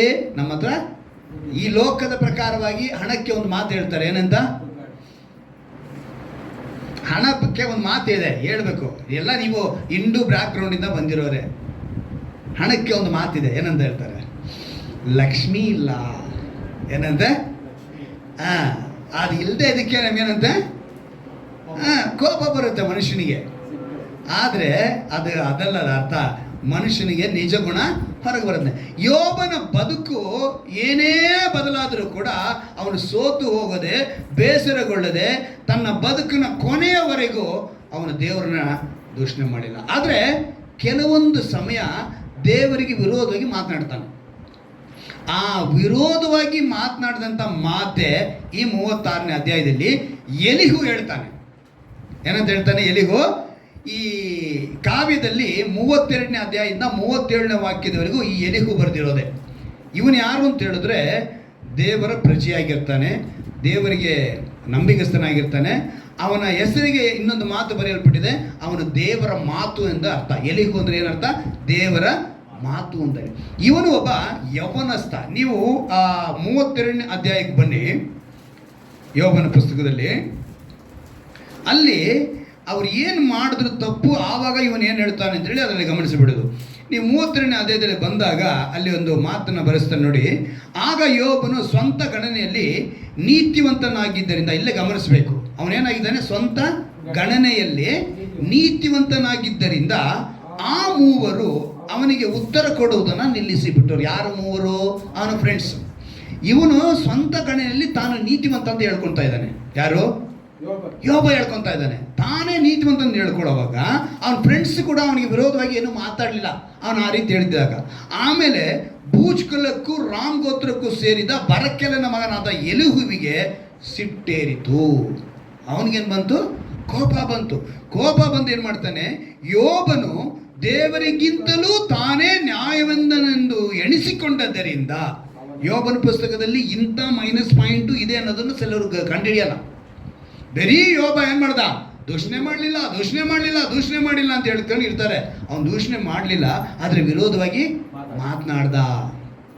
ಅವನು ವಿರೋಧವಾಗಿ ಮಾತನಾಡಿದ ಏನಂತ ಹೇಳಿದ್ರೆ, ಎಣಿಸಿಕೊಂಡದ್ರಿಂದ ಅವನ ಮೇಲೆ ಎಲಿಹುವಿಗೆ ಸಿಟ್ಟು ಹತ್ತಿತು. ಆಗ ಅವನು ಹೇಳ್ತಾನೆ, ಮೂವರು ಸ್ನೇಹಿತರು ಯೋಬನನ್ನು ಖಂಡಿಸತಕ್ಕ ಉತ್ತರವನ್ನು ಹೇಳಲಾರದೆ ಹೋದ್ರು. ಅವನ ಫ್ರೆಂಡ್ಸ್ ಕೂಡ ಅವನಿಗೆ ಖಂಡಿಸಲೇ ಇಲ್ಲ. ಆಗ ಎಲಿಹು ಏನು ಮಾಡ್ತಾನೆ ನೋಡಿ, ಆ 4ನೇ ವಾಕ್ಯ, ಅವರು ತನಗಿಂತ ವೃದ್ಧರಾಗಿದ್ದ ಕಾರಣ ಎಲಿಹು ಯೋಬನೊಂದಿಗೆ ಮೊದಲು ಮಾತಾಡದೆ ತಡೆದಿದ್ದನು. ಅಂದ್ರೆ ಎಲಿಹುಗಿಂತ ಇವರೆಲ್ಲ ಏನಾಗಿದ್ರು? ದೊಡ್ಡವರಾಗಿದ್ರು, ಹಿರಿಯರಾಗಿದ್ರು. ಇವನು ಯೋಚನೆ ಮಾಡ್ತಾನೆ, ಇವನು ದೇವರ ವಾಕ್ಯಕ್ಕೆ ವಿಧೇಯನಾಗುವನು. ಹಿರಿಯರಿಗೆ ಏನು ಕೊಡಬೇಕು? ಗೌರವ ಕೊಡಬೇಕು. ಹಿರಿಯರನ್ನ ನಾವು ಸನ್ಮಾನಿಸಬೇಕು. ವಾಕ್ಯ ಇದೆ, ದಶಾಜ್ಞೆ ಇದೆ ಅಲ್ವಾ? ಹಾಗೆ ಅವರು ವಯಸ್ಸಿನಲ್ಲಿ ಹಿರಿಯರಾಗಿದ್ದಾರೆ. ಏನು ಮಾಡೋದು? ಇವರು ಹೆಂಗೆ ವಿರೋಧವಾಗಿ ಮಾತನಾಡೋದು? ಆದರೆ ಇವರು ಯಾರಿಗೆ ವಿರೋಧವಾಗಿ ಮಾತನಾಡ್ತಿದ್ದಾರೆ? ದೇವರಿಗೆ ವಿರೋಧವಾಗಿ ಮಾತನಾಡ್ತಾ ಇದ್ದಾರೆ. ಅದನ್ನು ಅವನ ಫ್ರೆಂಡ್ಸು ಖಂಡಿಸಲಿಲ್ಲ. ಆಗ ಇವನು ಏನು ಮಾಡ್ತಾನೆ ನೋಡಿ, 6ನೇ ವಾಕ್ಯ, ಆಗ ಬೂಜ್ ಕುಲಕ್ಕೆ ಸೇರಿದ ಬರಕೆಲನ ಮಗನಾದ ಎಲಿಹು ಇಂತೆಂದನು, ನಾನು ಯೌವನಸ್ಥನು, ನೀವು ಅತಿ ವೃದ್ಧರು, ನಿಮಗೆ ಅರಿಕೆ ಮಾಡಲು ಅಂಜಿದೆನು. ನಿನಗೆ ಏನಾರು ಹೇಳೋದಕ್ಕೆ ನಾನು ಸ್ವಲ್ಪ ಏನು ಮಾಡಿದೆ? ಹಿಂದೇಟಾಕಿದೆ, ಅಂಜಿದೆನು ಅಂತಾನೆ. ಆದರೆ ಮನುಷ್ಯರ ಆತ್ಮ ಒಂದುಂಟು, ಸರ್ವಶಕ್ತನ ಶ್ವಾಸದಿಂದ ಅವರಿಗೆ ವಿವೇಕ ದೊರೆಯುತ್ತದೆ, ವೃದ್ಧರೇ ಜ್ಞಾನಿಗಳಲ್ಲ. ಆಗ ಹೇಳ್ತಾನೆ, ನೀವು ವೃದ್ಧರಾಗಿರೋದಕ್ಕೆ ನೀವು ಜ್ಞಾನಿಗಳಲ್ಲ, ಕೆಲವೊಂದು ಸಮಯ ನೀವು ತಪ್ಪು ಮಾಡ್ತಾ ಇದ್ದೀರಾ ಅಂತ ಹೇಳ್ತಾನೆ. ಮುದುಕರು ಮಾತ್ರ ನ್ಯಾಯ ಬಲ್ಲವರಲ್ಲ, ಆದ ಕಾರಣ ನನ್ನ ಕಡೆಗೆ ಕಿವಿ ಕೊಡಿರಿ, ನಾನು ನನ್ನ ಅಭಿಪ್ರಾಯವನ್ನು ಅಡಿಕೆ ಮಾಡುವುದನ್ನೆಂದು ಹೇಳಿಕೊಳ್ಳುತ್ತೇನೆ ಎಂದು ಹೇಳಿ, ಆವಾಗ ಈ 36ನೇ ಅಧ್ಯಾಯದಲ್ಲಿ ಈ ಮಾತನ್ನು ನಾವು ಕಂಡುಕೊಳ್ತೀವಿ. ಏನಂತ ಹೇಳ್ತಾನೆ ನೋಡಿ, ಈಗೋ ದೇವರು ಮಹಾಶಕ್ತನಾಗಿದ್ದರೂ ಯಾರನ್ನು ತಿರಸ್ಕರಿಸಲಿಲ್ಲ, ನಿನ್ನ ತಿರಸ್ಕಾರ ಮಾಡಲಿಲ್ಲ. ನೀನು ಇಷ್ಟೊಂದು, ನಮ್ಮ ಭಾಷೆಯಲ್ಲಿ ಹೇಳ್ಬೇಕು ಅಂದರೆ ದೇವರ ಮುಂದೆ ಕೊಚ್ಚಿಕೊಂಡ ಅಂತ ಹೇಳ್ಬೋದು. ದೇವರ ಮುಂದೆ ತನ್ನನ್ನು ನೀತಿವಂತ ಅಂತ ಹೇಳ್ಕೊಂಡ. ಆಗ ಹೇಳ್ತಾನೆ, ಖಂಡಿತವಾಗಲಿಲ್ಲ, ದೇವರಷ್ಟು ಶಕ್ತಿಯಲ್ಲಿದ್ದರೂ ನಿನ್ನನ್ನು ಏನು ಮಾಡಲಿಲ್ಲ, ನೀನು ಈ ಮಾತಿಗೆ ನಿನ್ನನ್ನು ತಿರಸ್ಕರಿಸಲಿಲ್ಲ ಅಂತ ಹೇಳ್ತಾರೆ. ಇಂತಹ ಸಮಯದಲ್ಲೇ ಈ ಮಾತನ್ನು ಅವ್ರು ಹೇಳಿ ನಮಗೆ ಇವತ್ತು ತಿಳಿಯಪಡಿಸ್ತಾ ಇರುವಂಥ ಮಾತು ಏನಂದರೆ, ನಾವು ಇವತ್ತು ನಿಂತು, ಅದಕ್ಕೆ ಹೆನ್ ಅನ್ನೋ ಪದ, ಇಗೋ, ಬಿಹೋಲ್ಡ್ ಅಂದರೆ ನಿಲ್ಲು, ಯೋಚಿಸು ಸ್ವಲ್ಪ. ಅದಕ್ಕೆ ತೆಲುಗು ಪದ ಏನು ಹೇಳ್ತು? ಆಲೋಚಿಂಚುಮು. ಇವತ್ತು ಆಲೋಚನೆ ಇಲ್ದಿರ ನಾವೇನು ಮಾಡ್ತಾ ಇದ್ದೀವಿ? ದೇವರ ಮುಂದೆ ಅನೇಕ ವಿಧವಾದ ಗುಣಗಳು, ಸ್ವಭಾವಗಳು ಹೊರಬರ್ತಾ ಇದೆ. ಆತನ ಶಕ್ತಿ ಉಳ್ಳವನು ನಮ್ಮನ್ನು ತಿರಸ್ಕಾರ ಮಾಡಿಲ್ಲ ಅನ್ನೋದನ್ನ ಮರೆತೋಗ್ತಾ ಇದ್ದೀವಿ. ಆತನಿಗೆ ಶಕ್ತಿ ಇದೆ, ಒಂದು ಕ್ಷಣ ನೆನೆಸಿದ್ರೆ ನಾವೇನಾಗ್ಬೋದು? ಕಾಣದಿರಾಗಿ ಹೋಗ್ಬೋದು. ಆದರೆ ನಮ್ಮನ್ನು ತಿರಸ್ಕಾರ ಮಾಡಲಿಲ್ಲ. ನಾವು ಎಷ್ಟು ಪಾಪಗಳನ್ನ ಮಾಡ್ತಾ ಇದ್ದೀವಿ, ಎಷ್ಟು ಅಪರಾಧಗಳನ್ನ ಮಾಡ್ತಾ ಇದ್ದೀವಿ, ದೇವರ ವಿರೋಧವಾಗಿ ಏನೇನು ಮಾತನಾಡ್ತಾ ಇದ್ದೀವಿ, ಏನೇನು ಗುಣಗುಡ್ತಾ ಇದ್ದೀವಿ, ಇದನ್ನೆಲ್ಲ ಅವ್ರಿಗೆ ಗೊತ್ತಿದ್ರು ಕೂಡ ಅವ್ರೇನು ಮಾಡ್ತಾ ಇಲ್ಲ, ನಮ್ಮನ್ನು ತಿರಸ್ಕಾರ ಮಾಡ್ತಾ ಇಲ್ಲ. ಅವ್ರು ನಿಂತಿದ್ದಾರೆ. ಅದಕ್ಕೆ ಬಿಹೋಲ್ಡ್, ಈಗೋ ಅಂದರೆ ಹೆನ್, ಇಬ್ಬರು ಪದ. ನಾವು ಯೋಚನೆ ಮಾಡಬೇಕು. ನಮ್ಮ ಅನುದಿನದ ಬದುಕಿನಲ್ಲಿ ಕೆಲವೊಮ್ಮೆ ನಾವು ಏನಂತ ಹೇಳ್ತೀವಿ ಗೊತ್ತಾ? ಹುಷಾರು, ಮಾತಾಡೋಕ್ಕೆ ಮುಂಚೆ ನಾಲಿಗೆ ಮೇಲೆ ಹಿಡಿತಾ ಇರಲಿ, ಸ್ವಲ್ಪ ಯೋಚನೆ ಮಾಡು, ಮಾತು ಒಂದ್ಸರಿ ಆಡಿದ್ರೆ ಹೋಯ್ತು, ಸ್ವಲ್ಪ ಯೋಚನೆ ಮಾಡು, ನಿಲ್ಲು, ಸ್ವಲ್ಪ ನಿಲ್ಲು, ಯೋಚನೆ ಮಾಡು, ನೋಡು. ಈ ಪದಗಳನ್ನ ನಾವು ಬಳಕೆ ಮಾಡ್ತೀವಿ ನಮ್ಮ ಅನುದಿನದ ಬದುಕಿನಲ್ಲಿ. ಅಂದರೆ ಸಾಮಾನ್ಯವಾಗಿ ನಿಮಗೆ ಒಂದು ವಿಷಯ ತಿಳಿಸ್ತೀನಿ ನೋಡಿ. ನಮ್ಮ ಒಂದು ಯೋಚನೆ ಅಂತ ಬಂದಾಗ, ಅಂದರೆ ಚಿಂತನೆ ಅಂತ ಬಂದಾಗ, ಥಿಂಕಿಂಗ್ ಅಂತ ಬಂದರೆ ಒಂದು ಜನರಲ್ ಥಿಂಕಿಂಗ್ ಇರುತ್ತೆ, ಒಂದು ಸಾಮಾನ್ಯವಾದ ಚಿಂತನೆ. ಈ ಸರ್ವೆ ಮಾಡ್ತಾರೆ ಯಾರುಗಳು, ಈ ಸಂಶೋಧನೆ ಮಾಡೋ ಡಾಕ್ಟರ್ಸ್ಗಳು, ಇವರೆಲ್ಲ ಕೆಲವು ಸರ್ವೆ ಮಾಡಿದಾಗ ಅವರ ಪ್ರಕಾರ ಏನು ಹೇಳ್ತಾರೆ ಅಂತ ಹೇಳಿದ್ರೆ, 7 ವಿಷಯಗಳು ನಮ್ಮ ತಲೆಯಲ್ಲಿ ಓಡ್ತವೆ ಅಂತೆ. ಒಂದು ಸಾಮಾನ್ಯ ಚಿಂತನೆಯಲ್ಲಿ ಎಷ್ಟು ವಿಷಯ? 7 ವಿಷಯ ಓಡ್ತಾ ಇರುತ್ತಂತೆ. ಆ 7 ವಿಷಯ ಸಾಮಾನ್ಯವಾಗಿ ಇರುತ್ತೆ. ಅದು ಒಂದು ಸಾಮಾನ್ಯವಾದ ಚಿಂತನೆ. ಎರಡನೇದಾಗಿ ಡೀಪ್ ಥಿಂಕಿಂಗ್. ಏನಂತೆ? ಡೀಪ್ ಥಿಂಕಿಂಗ್, ಆಳವಾದ ಚಿಂತನೆ. ಈ ಆಳವಾದ ಚಿಂತನೆ ನಮಗೆ ಬಹಳ ಕೆಲವೊಮ್ಮೆ ಪ್ರಯೋಜನಗಳು ಮಾಡಿದೆ, ಕೆಲವೊಮ್ಮೆ ಕೆಟ್ಟದ್ದು ಮಾಡಿದೆ. ತುಂಬ ಆಳವಾದ ಚಿಂತನೆ. ಇನ್ನೊಂದಿದೆ ಓವರ್ ಥಿಂಕಿಂಗ್. ಏನಿದು? Over thinking. ಈ 3 ಥಿಂಕಿಂಗ್ ಇದೆ. ಇದರಲ್ಲಿ ನಾನು ಮುಖ್ಯವಾಗಿ ಚೆನ್ನಾಗಿ ತಿಳ್ಕೊಬೇಕಂದ್ರೆ ಡೀಪ್ ಥಿಂಕಿಂಗ್, ಈ ಆಳವಾದ ಥಿಂಕಿಂಗು ನಮಗೆ ಒಳ್ಳೆಯದು. ಈ ಸಾಮಾನ್ಯಕ್ಕಿಂತ ಅದು ಓಕೆ, ಆದರೆ ಓವರ್ ಥಿಂಕಿಂಗು ಕೆಟ್ಟದ್ದು. ಈ ಡೀಪ್ ಥಿಂಕಿಂಗ್ನಲ್ಲಿ ಇವತ್ತು ಕೆಲವು ವಿಷಯಗಳನ್ನ ನಾವು ತಿಳ್ಕೊಬೇಕಾದ್ರೆ ಆಳವಾದ ಚಿಂತನೆಯಿಂದ ಅನೇಕ ಆವಿಷ್ಕಾರಗಳು. ಇನ್ವೆನ್ಷನ್ ಅಂದರೆ ಏನು? ಆವಿಷ್ಕಾರಗಳು ಅಂದರೆ ಇನ್ನು ಹೊಸದಾಗಿ ಏನಾದ್ರು ಕಂಡುಹಿಡಿದಿದ್ದಾರೆ. ಉದಾಹರಣೆಗೆ ಹೇಳಬೇಕು ಅಂದರೆ ನಿಮ್ಗೆ ಎಷ್ಟು ಜನಕ್ಕೆ ಗೊತ್ತಿಲ್ವೋ, ರೈಟ್ ಬ್ರದರ್ಸ್ ಅಂತಾರೆ. ಯಾರು? Wright brothers. ಅವರು ಅಣ್ತಂದ್ರೆ ಇಬ್ಬರಿದ್ರು, ಓರ್ವಿಲ್ ಬ್ರೈಟ್ ಅಂತ, ಆಮೇಲೆ ವಿಲ್ಬರ್ ರೈಟ್ ಅಂತ. ಇವರಿಬ್ಬರು ಯಾರು ಅಂತ ಹೇಳಿದ್ರೆ ಏರೋಪ್ಲೇನ್ನ ಕಂಡುಹಿಡಿದವರು. ಯಾವುದನ್ನು ಕಂಡುಹಿಡಿದವರು? ಏರೋಪ್ಲೇನ್ನ ಕಂಡುಹಿಡಿದವರು. 1903 ಡಿಸೆಂಬರ್ ತಿಂಗಳಲ್ಲಿ 17ನೇ ತಾರೀಕಿನಲ್ಲಿ ಮೊದಲನೇದಾಗಿ ಇವರು ತಯಾರಿಸ್ತಾರೆ ಒಂದು ಏರೋಪ್ಲೇನ್ನ. ಇವರು ಏರೋಪ್ಲೇನ್ ತಯಾರಿಸೋದಕ್ಕೆ ಉದ್ದೇಶ ಏನು ಅಂತ ಹೇಳಿದ್ರೆ, ಅವರ ತಂದೆ ಒಬ್ಬರು ಪಾಸ್ಟರ್. ಅವ್ರ ಪಾಸ್ಟರ್ ಆಗಿದ್ದು ಅವ್ರು ಹೇಳ್ತಾರೆ, ಮನುಷ್ಯನು ಹಾರುವುದಕ್ಕೆ ಸಾಧ್ಯವಿಲ್ಲ ಅಂತ ಹೇಳ್ತಾನೆ. ಏನಕ್ಕೆ ಸಾಧ್ಯ ಇಲ್ಲ? ಹಾರುವುದಕ್ಕೆ ಸಾಧ್ಯವಿಲ್ಲ ಅಂತ ಹೇಳ್ತಾನೆ. ಇವರು ಕ್ರಿಶ್ಚಿಯನ್ಸ್ ಅಲ್ವಾ, ಅದರಿಂದ ಇವರು ಏನು ಮಾಡ್ತಾರೆ? ಬೈಬಲ್ ಓದ್ತಾರೆ. ಅದರಲ್ಲಿ ಮತ್ತಾಯನ ಬರೆಸುವ ಅರ್ಥದಲ್ಲಿ 6ನೇ ಅಧ್ಯಾಯದಲ್ಲಿ ಹಾರಾಡುವ ಪಕ್ಷಿಗಳನ್ನು ನೋಡ್ರಿ, ಅವು ಬಿತ್ತುವುದಿಲ್ಲ, ಕೊಯ್ಯುವುದಿಲ್ಲ. ಈ ಪದ ಇವರಿಗೆ ತುಂಬ ಇಂಟ್ರೆಸ್ಟ್ ಆಯಿತು. ಅರೆ, ಹಾರಾಡುವ ಪಕ್ಷಿಗಳು ನೋಡುತ್ತೆ ಅಂತ ಹೇಳ್ತೀವಲ್ಲ, ಅದು ಹೆಂಗೆ ಹಾರ್ತಾ ಇದೆ? ಈಗ ಪಕ್ಷಿ ಹಾರುವಾಗ ಒಂದರಕ್ಕೆ ಈ ಕಡೆ ಒಂದರಕ್ಕೆ ಈ ಕಡೆ ಹಾಡುತ್ತೆ, 2 ಸಮವಾಗಿ ಹಾರುತ್ತೆ ಅಲ್ವಾ? ಇವ್ರು ಯೋಚನೆ ಮಾಡಿದ್ರು, ಹಂಗಾದ್ರೆ ನಮ್ಮ ಬದುಕಿನಲ್ಲಿ ಇದೇ ಥರ ಸಮವಾಗಿ ಹಾರಾಡುವಂಥ ಒಂದನ್ನು ಕಂಡು ಹಿಡಿದ್ರೆ ನಾವೇನು ಮಾಡ್ಬೋದು? ಹಾರಬಹುದು ಅಂತೇಳಿ ಇವರು ಪ್ರಯತ್ನ ಮಾಡಿದ್ರು. ಆವಾಗಲೇ 1903 ಮೊದಲನೇದಾಗಿ ಇವರು ಒಂದು ಕಂಡು ಹಿಡಿತಾರೆ. ಅದನ್ನು ಕಂಡು ಹಿಡಿದವ್ರು ಏನು ಮಾಡ್ತಾರೆ? ಬರ್ತಾರೆ. ಬಂದರೆ 11 ಸೆಕೆಂಡು ಹಾರಿ ಕೆಳಗೆ ಬಿದ್ದೋಯ್ತು. ಎಷ್ಟು ಸೆಕೆಂಡು? 11 ಸೆಕೆಂಡೇ ಹಾರಿಬಿಟ್ಟು ಕೆಳಗೆ ಬಿದ್ದೋಯ್ತು. ತಕ್ಷಣ ಎಲ್ಲ ಮೂಲೆ ಕಟ್ಬಿಟ್ಟು ಇನ್ನು ಆಗೋದಿಲ್ಲ ಅಂತ ಅವ್ರ ಮನೆಗೆ ಹೋಗಲಿಲ್ಲ. ಅಣ್ತಂದ್ರು ಕಷ್ಟಪಟ್ಟರು. ಅವ್ರ ಪ್ರಯತ್ನಗಳ ಮೇಲೆ ಪ್ರಯತ್ನಗಳು ಮಾಡಿದ್ರು, ಚಿಂತನೆ ಮೇಲೆ ಚಿಂತನೆ ಮಾಡಿದ್ರು, ಆಳವಾದ ಚಿಂತನೆಗಳನ್ನ ಮಾಡಿದ್ರು. ಆಳವಾದ ಚಿಂತನೆ ಮಾಡೋದ್ರಿಂದ ಇವತ್ತು ಸುಮಾರು 18 ಗಂಟೆಗಳ ಕಾಲ ಒಂದು ಫ್ಲೈಟ್ ಹಾರುತ್ತೆ. ಲಂಡನ್ಗೆ ಹೋಗೋ ಫ್ಲೈಟ್ ಅಲ್ಲ, 18 ಗಂಟೆಗಳ ಕಾಲ ಪ್ರಯಾಣ. ಅದರಲ್ಲಿ ರೆಕ್ಕೆಗಳೆಲ್ಲ ಏನಿರುತ್ತೆ? ಪೆಟ್ರೋಲ್, ವೈಟ್ ಪೆಟ್ರೋಲ್ ರೆಕ್ಕೆಗಳಲ್ಲೇ ಟ್ಯಾಂಕ್ ಇರೋದು. ಅದಕ್ಕೇ ಮೊನ್ನೆ ಕ್ರ್ಯಾಶ್ ಆಯ್ತಲ್ಲ, ಎಲ್ಲಿ? ಹೈದರಾಬಾದ್ನಲ್ಲಿ, ಅಹಮದಾಬಾದ್ನಲ್ಲಿ ಒಂದು ಪ್ಲೇನ್ ಕ್ರಾಶ್ ಆಯ್ತಲ್ಲ, ಅದೇನೇ ರೆಕ್ಕೆಯಿಂದಾನೆ ಪೆಟ್ರೋಲ್ ಟ್ಯಾಂಕ್ ಇತ್ತು, ಫುಲ್ ಟ್ಯಾಂಕ್ ಏರ್ ಬಸ್.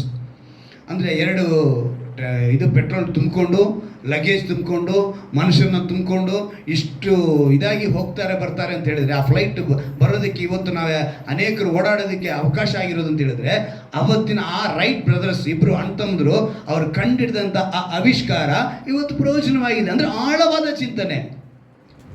ಇಲ್ಲಿ ಯೋಬನ ಪುಸ್ತಕದಲ್ಲಿ ನಾವು ಗಮನಿಸ್ತಾ ಇರೋದು, ಎಲಿಗೂ ಹೇಳ್ತಾನೆ, ಚಿಂತಿಸು, ಈಗೋ ಯೋಚನೆ ಮಾಡು, ಸ್ವಲ್ಪ ನಿನ್ನ ಬಾಯಿಂದ ಹೊರಗಡೆ ಮಾತುಗಳು ಹೆಚ್ಚಾಗಿ ಬರ್ತಾ ಇದೆ, ದೇವರಿಗೆ ವಿರೋಧವಾಗಿ ಬರ್ತಾ ಇದೆ ಅಂತ ಹೇಳ್ತಾರೆ. ಇನ್ನೂ ಒಂದು ಕೆಲವು ಉದಾಹರಣೆ ನಾನು ಹೇಳಬೇಕು ಅಂತ ಹೇಳಿದ್ರೆ, ಇವತ್ತೆಲ್ಲ ನಮ್ಗೆ ಗೊತ್ತಿರೋ ಹಾಗೆ ಪೆನ್ಸಿಲಿನ್ ಇಂಜೆಕ್ಷನ್ ಗೊತ್ತಲ್ಲ, ಪೆನ್ಸಿಲಿನ್ ಇಂಜೆಕ್ಷನ್. ಏನಕ್ಕೆ? ಅದು ಇನ್ಫೆಕ್ಷನ್ ಆಗಬಾರ್ದು ಅಂತ ತಗೊತೀವಿ, ಅಥವಾ ಸೆಪ್ಟಿಕ್ ಆಗಬಾರ್ದು ಅಂಥೇಳಿ, ಇನ್ಫೆಕ್ಷನ್ ಆಗಬಾರ್ದು ಅಂತೇಳಿ ತಗೊತೀವಿ. ಆ ಪೆನ್ಸಿಲಿನ ಕಂಡಿರೋದಂಥ ಅಲೆಕ್ಸಾಂಡರ್ ಫ್ಲೆಮಿಂಗ್.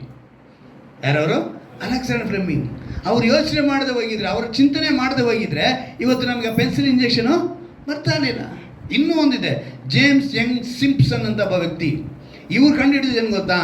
ಕ್ಲೋರೋಫಾರ್ಮ್ ಏನಕ್ಕೆ ಉಪಯೋಗಿಸ್ತಾರೆ? ಆಪರೇಷನ್ ಮಾಡುವಾಗ ಮನುಷ್ಯ ಏನಾಗಬೇಕು? ಅನ್ಕಾನ್ಷಿಯಸ್ ಆಗಬೇಕು. ಅಂದರೆ ಇವ್ರು ಹೆಂಗೆ ಕಂಡು ಹಿಡಿದು ಅಂತ ಹೇಳಿದ್ರೆ, ಆದಾಮನಿಗೆ ದೇವರು ಏನು ಮಾಡಿದ್ರು? ಗಾಢ ನಿದ್ರೆ ಹೆಂಗೆ ಬಂತು? ಯೋಚನೆ ಮಾಡಿದ್ರು, ಚಿಂತನೆ ಮಾಡಿದ್ರು, ಆಳವಾದ ಚಿಂತನೆ ಮಾಡಿದ್ರು. ಆ ಗಾಢ ನಿದ್ರೆ ಹೆಂಗೆ ಬಂತು? ಸೊ ನಾವಿವತ್ತು ಅವರು ಡಾಕ್ಟರ್ ಆಗಿರೋದ್ರಿಂದ ಆಪ್ರೇಷನ್ ಮಾಡೋಕ್ಕೆ 4 ಟ್ರೈನಿಂಗ್ ಸ್ಟೂಡೆಂಟ್ನ 4 ಕಡೆ ಇಡಿಸ್ಬಿಟ್ಟು ಹೊಟ್ಟೆ ಕೊಯ್ಬೇಕು ಅಂದರೆ ಏನಾಗುತ್ತೆ ಗೊತ್ತಾ? ನೋವಿಗೆ ಜಾಡ್ಸೋದ್ರು. ಏನು ಮಾಡಿದ್ರು ಅವರು? ಕೆಳಗೆ ಬಿದ್ದರು. ಕೆಳಗೆ ಬಿದ್ದಿದ ತಕ್ಷಣ ಅವ್ರಿಗೆ ಒಂದು ಯೋಚನೆ ಬಂದಂತೆ, ನಾನು ಇವ್ರ ಹತ್ರ ಒದಿಸ್ಕೊಳ್ಳೋಕೆ ಬಂದ ಅಥವಾ ಆಪ್ರೇಷನ್ ಮಾಡೋಕ್ಕೆ ಬಂದ ಅಂತ. ಅವಾಗೇನು ಮಾಡಿದ್ರು ಅವರು? ಕಂಡುಹಿಡಿಯೋಕ್ಕೆ ಯೋಚನೆ ಮಾಡಿದ್ರು. ಏನಂತ? ನಾವೇನು ಮಾಡಬೇಕು? ಇದಕ್ಕೇನಾದ್ರು ಬದಲು ತರಬೇಕು.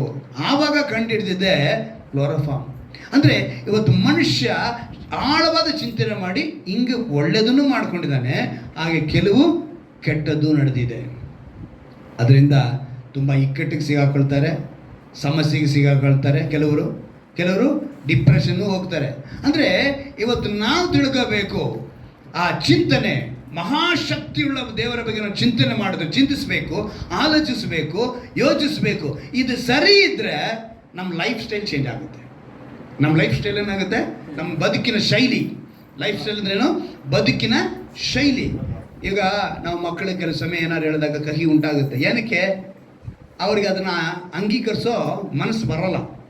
ಅವ್ರು ಅದನ್ನು ಅಂಗೀಕರಿಸ್ಬಿಟ್ರು ಅಂತ ಹೇಳಿದ್ರೆ ಖಂಡಿತವಾಗಲೂ ಒಂದು ಉನ್ನತವಾದ ಸ್ಥಾನ. ಅವರ ಬದುಕೆ ಬದಲಾಗುತ್ತೆ, ನಮ್ಮ ಲೈಫ್ ಸ್ಟೈಲ್ ಬದಲಾಗುತ್ತೆ, ನಮ್ಮ ಬಿಹೇವಿಯರ್ ಬದಲಾಗಬೇಕು, ನಮ್ಮ ಗುಣಗಳು, ಸ್ವಭಾವಗಳೇನಾಗಬೇಕು. ನಾವು ಯಾವಾಗ ದೇವರ ಶಕ್ತಿನ ಕುರಿತು ನಾವು ಚಿಂತಿಸ್ತೀವೋ, ಆ ಶಕ್ತಿನ ಚಿಂತೆ ಮಾಡಿದ ತಕ್ಷಣ ನಮ್ಮಲ್ಲಿ ಇನ್ನೊಂದು ಗುಣ, ಸ್ವಭಾವ ಬದಲಾಗುತ್ತೆ, ನಮ್ಮ ಮಾತನಾಡುವ ವಿಧಾನಗಳು ಬದಲಾಗುತ್ತೆ, ನಮ್ಮ ಅಭ್ಯಾಸಗಳು ಬದಲಾಗುತ್ತೆ, ನಮ್ಮ ನಡೆ ಬದಲಾಗುತ್ತೆ, ಇವೆಲ್ಲವೂ ಬದಲಾಗುತ್ತೆ. ನಾವು ಅದಕ್ಕೆ ಯೋಚನೆ ಮಾಡಬೇಕು. ಎಲ್ಲಿಗೂ ಹೇಳ್ತಾನೆ ಯೋಬನಿಗೆ, ಸ್ವಲ್ಪ ನಿಂತು ಆಲೋಚಿಸು. ಯಾಕೆ? ನಿನ್ನ ಸ್ನೇಹಿತರು ಅವ್ರು ಕೇಳ್ತಿದ್ದಾರೆ, ನೀನು ಅವನು ದೇವರಿಂದ ಪ್ರೇರಿತನಾಗಿ ಎಲ್ಲಿಗೂ ಹೇಳ್ತಿದ್ದಾನೆ, ನೋಡು ದೇವರು ಮಹಾಶಕ್ತಿಯುಳ್ಳನಾಗಿದ್ರು ನಿನ್ನನ್ನು ತಿರಸ್ಕರಿಸ್ತಾ ಇಲ್ಲ ಅಂತ. ಯಾರನ್ನು ತಿರಸ್ಕರಿಸಿಲ್ಲ ಅಂತ ಹೇಳ್ತಾನೆ ಅವನು. ಯಾಕಂದರೆ ಪರ್ಟಿಕ್ಯುಲರಾಗಿ ಯೋಬನಿಗೆ ಹೇಳ್ಬಾರ್ದು ಅಂತೇಳಿ, ಮಹಾಶಕ್ತಿ ಇದ್ದರೂ ದೇವರು ಯಾರನ್ನೂ ತಿರಸ್ಕರಿಸಿಲ್ಲ. ತನ್ನ ಶಕ್ತಿಯನ್ನು ದುರುಪಯೋಗ ಪಡಿಸ್ಕೊಳ್ಳೋದಿಲ್ಲ. ಕೆಲವು ಮನೆಯಲ್ಲಿ ಗಂಡಸರು ಹೆಂಗಸರು ಮೇಲೆ, ಹೆಂಡತಿ ಮೇಲೆ ಏನು ಮಾಡ್ತಾರೆ? ತಮ್ಮ ಕಂಠದ ಬಲ ಅಲ್ಲಿ ತೋರಿಸ್ಕೊಳ್ತಾರೆ ಹೆಂಡತಿ ಮೇಲೆ. ಕೆಲವು ಹೆಂಗಸರು ತಮ್ಮ ಗಂಡದ್ರ ಮೇಲೆ ತೋರಿಸ್ಕೊತಾರೆ. ಇದೆಲ್ಲ ನಮ್ಮ ಬಲ. ಲೋಕದಲ್ಲಿ ಕೆಲವರು ಬಲವಿದೆ ಅಂತ ಹೇಳಿ ಬಲಹೀನರನ್ನು ದುಃಖಪಡಿಸ್ತಾರೆ. ಅದರಲ್ಲಿ ನಾನಾ ವಿಧವಾದ ಗುಣಗಳಿದೆ, ಸ್ವಭಾವಗಳು, ಸೌಂದರ್ಯಗಳು, ಇವೆಲ್ಲ ಹೇಳಿದ್ನಲ್ಲ ಆಗಲೇ. ಇವೆಲ್ಲವೂ ಕೂಡ ಏನಾಗುತ್ತೆ ಅವರಿಗೆ ಇರುತ್ತೆ. ಕೀರ್ತನೆ 136 ನಾವು ಓದ್ತೀವಲ್ಲ, ಏನಂತೆ? ಮಹಾ ಜ್ಯೋತಿರ್ಮಂಡಲವನ್ನು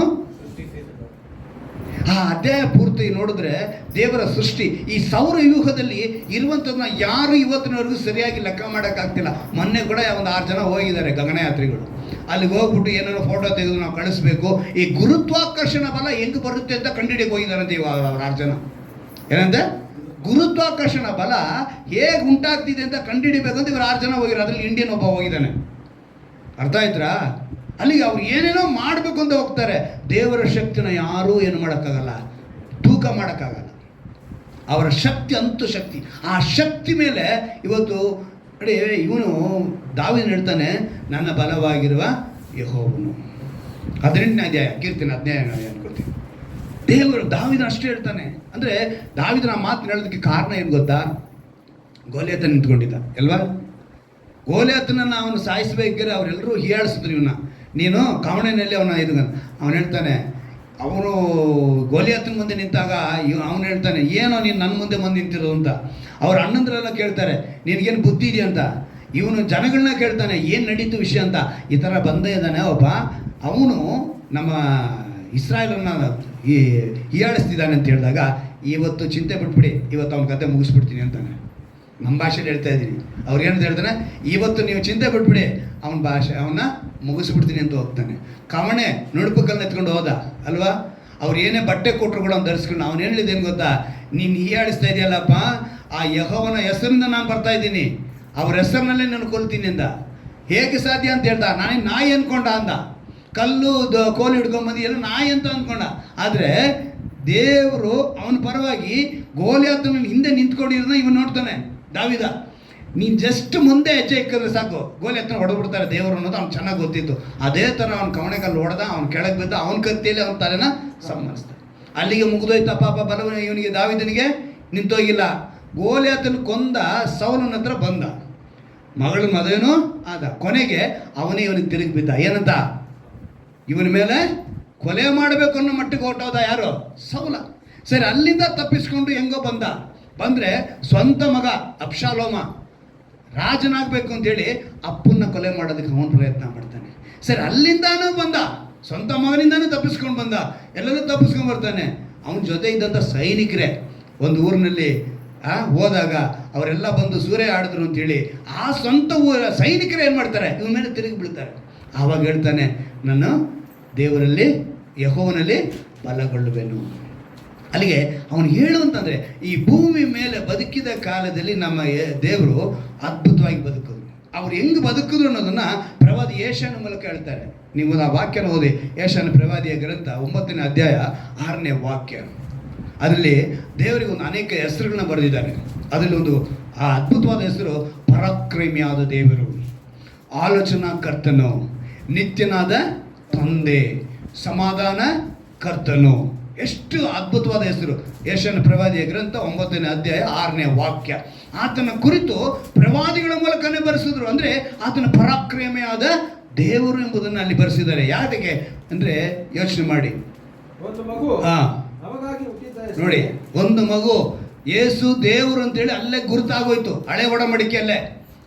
ನಮಗಾಗಿ ಹುಟ್ಟಿದೆಯಷ್ಟೇ, ವರದ ಮಗನು ನಮಗೆ ದೊರೆತನು, ಆಡಳಿತವು ಅವನ ಬಾಹುವಿನ ಮೇಲಿದೆ, ಅದ್ಭುತ ಸ್ವರೂಪನು ಮೊದಲನೇ ಹೆಸರು, ಆಲೋಚನಾ ಕರ್ತನು 2, ಪರಾಕ್ರಮಿಯಾದ ದೇವರು 3, ನಿತ್ಯನಾದ ತಂದೆ 4, ಸಮಾಧಾನದ ಪ್ರಭು 5. ನೋಡಿದ್ರ 5 ಇದೆ ಅಂತ ಹೇಳಿದ, ಅಲ್ಲಿ 5 ಹೆಸರು ಅಲ್ಲಿ ಬರೆಯಲ್ಪಟ್ಟಿದೆ. ಆತನ ಪರಾಕ್ರಮಿಯಾದ ದೇವರು ಎಂಬುದನ್ನು, ಈಗ ಆ ಪರಾಕ್ರಮಿಯಾದ ದೇವರು ಅಂತೇಳಿ ನಿಮಗೆಲ್ಲ ಗೊತ್ತಾಗೋ ಥರ ಒಂದು ಮಾತು ಹೇಳ್ತೀನಿ ಹೇಳಿ, ಚೆನ್ನಾಗಿ ಗಮನದಲ್ಲಿ ಇಟ್ಕೊಳ್ಳಿ. ಈ ಮರಣದಲ್ಲಿ, ಈ ಮರಣ ಅನ್ನೋದು ಈ ಭೂಮಿ ಮೇಲೆ ಎಲ್ಲರನ್ನೂ ಏನು ಮಾಡ್ತು, ತಗೊಂಡೋಯ್ತು.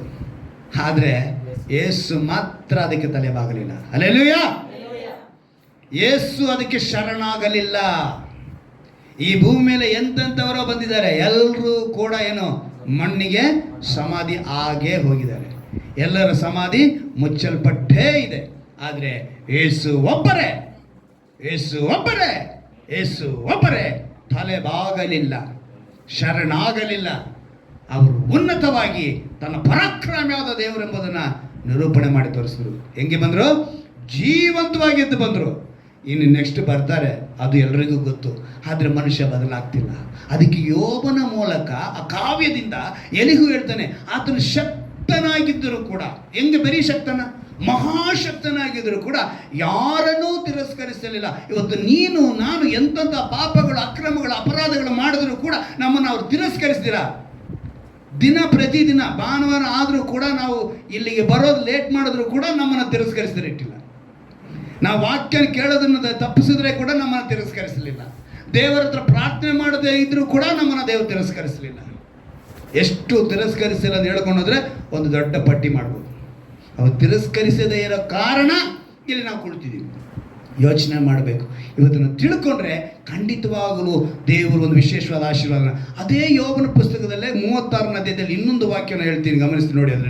ಅದರಲ್ಲಿ ಏನಂತ ಬರೆಯಲ್ಪಟ್ಟಿದೆ? ಯೋಬನ ಪುಸ್ತಕ 36ನೇ ಅಧ್ಯಾಯದ 22ನೇ ವಾಕ್ಯ ಓದಿ.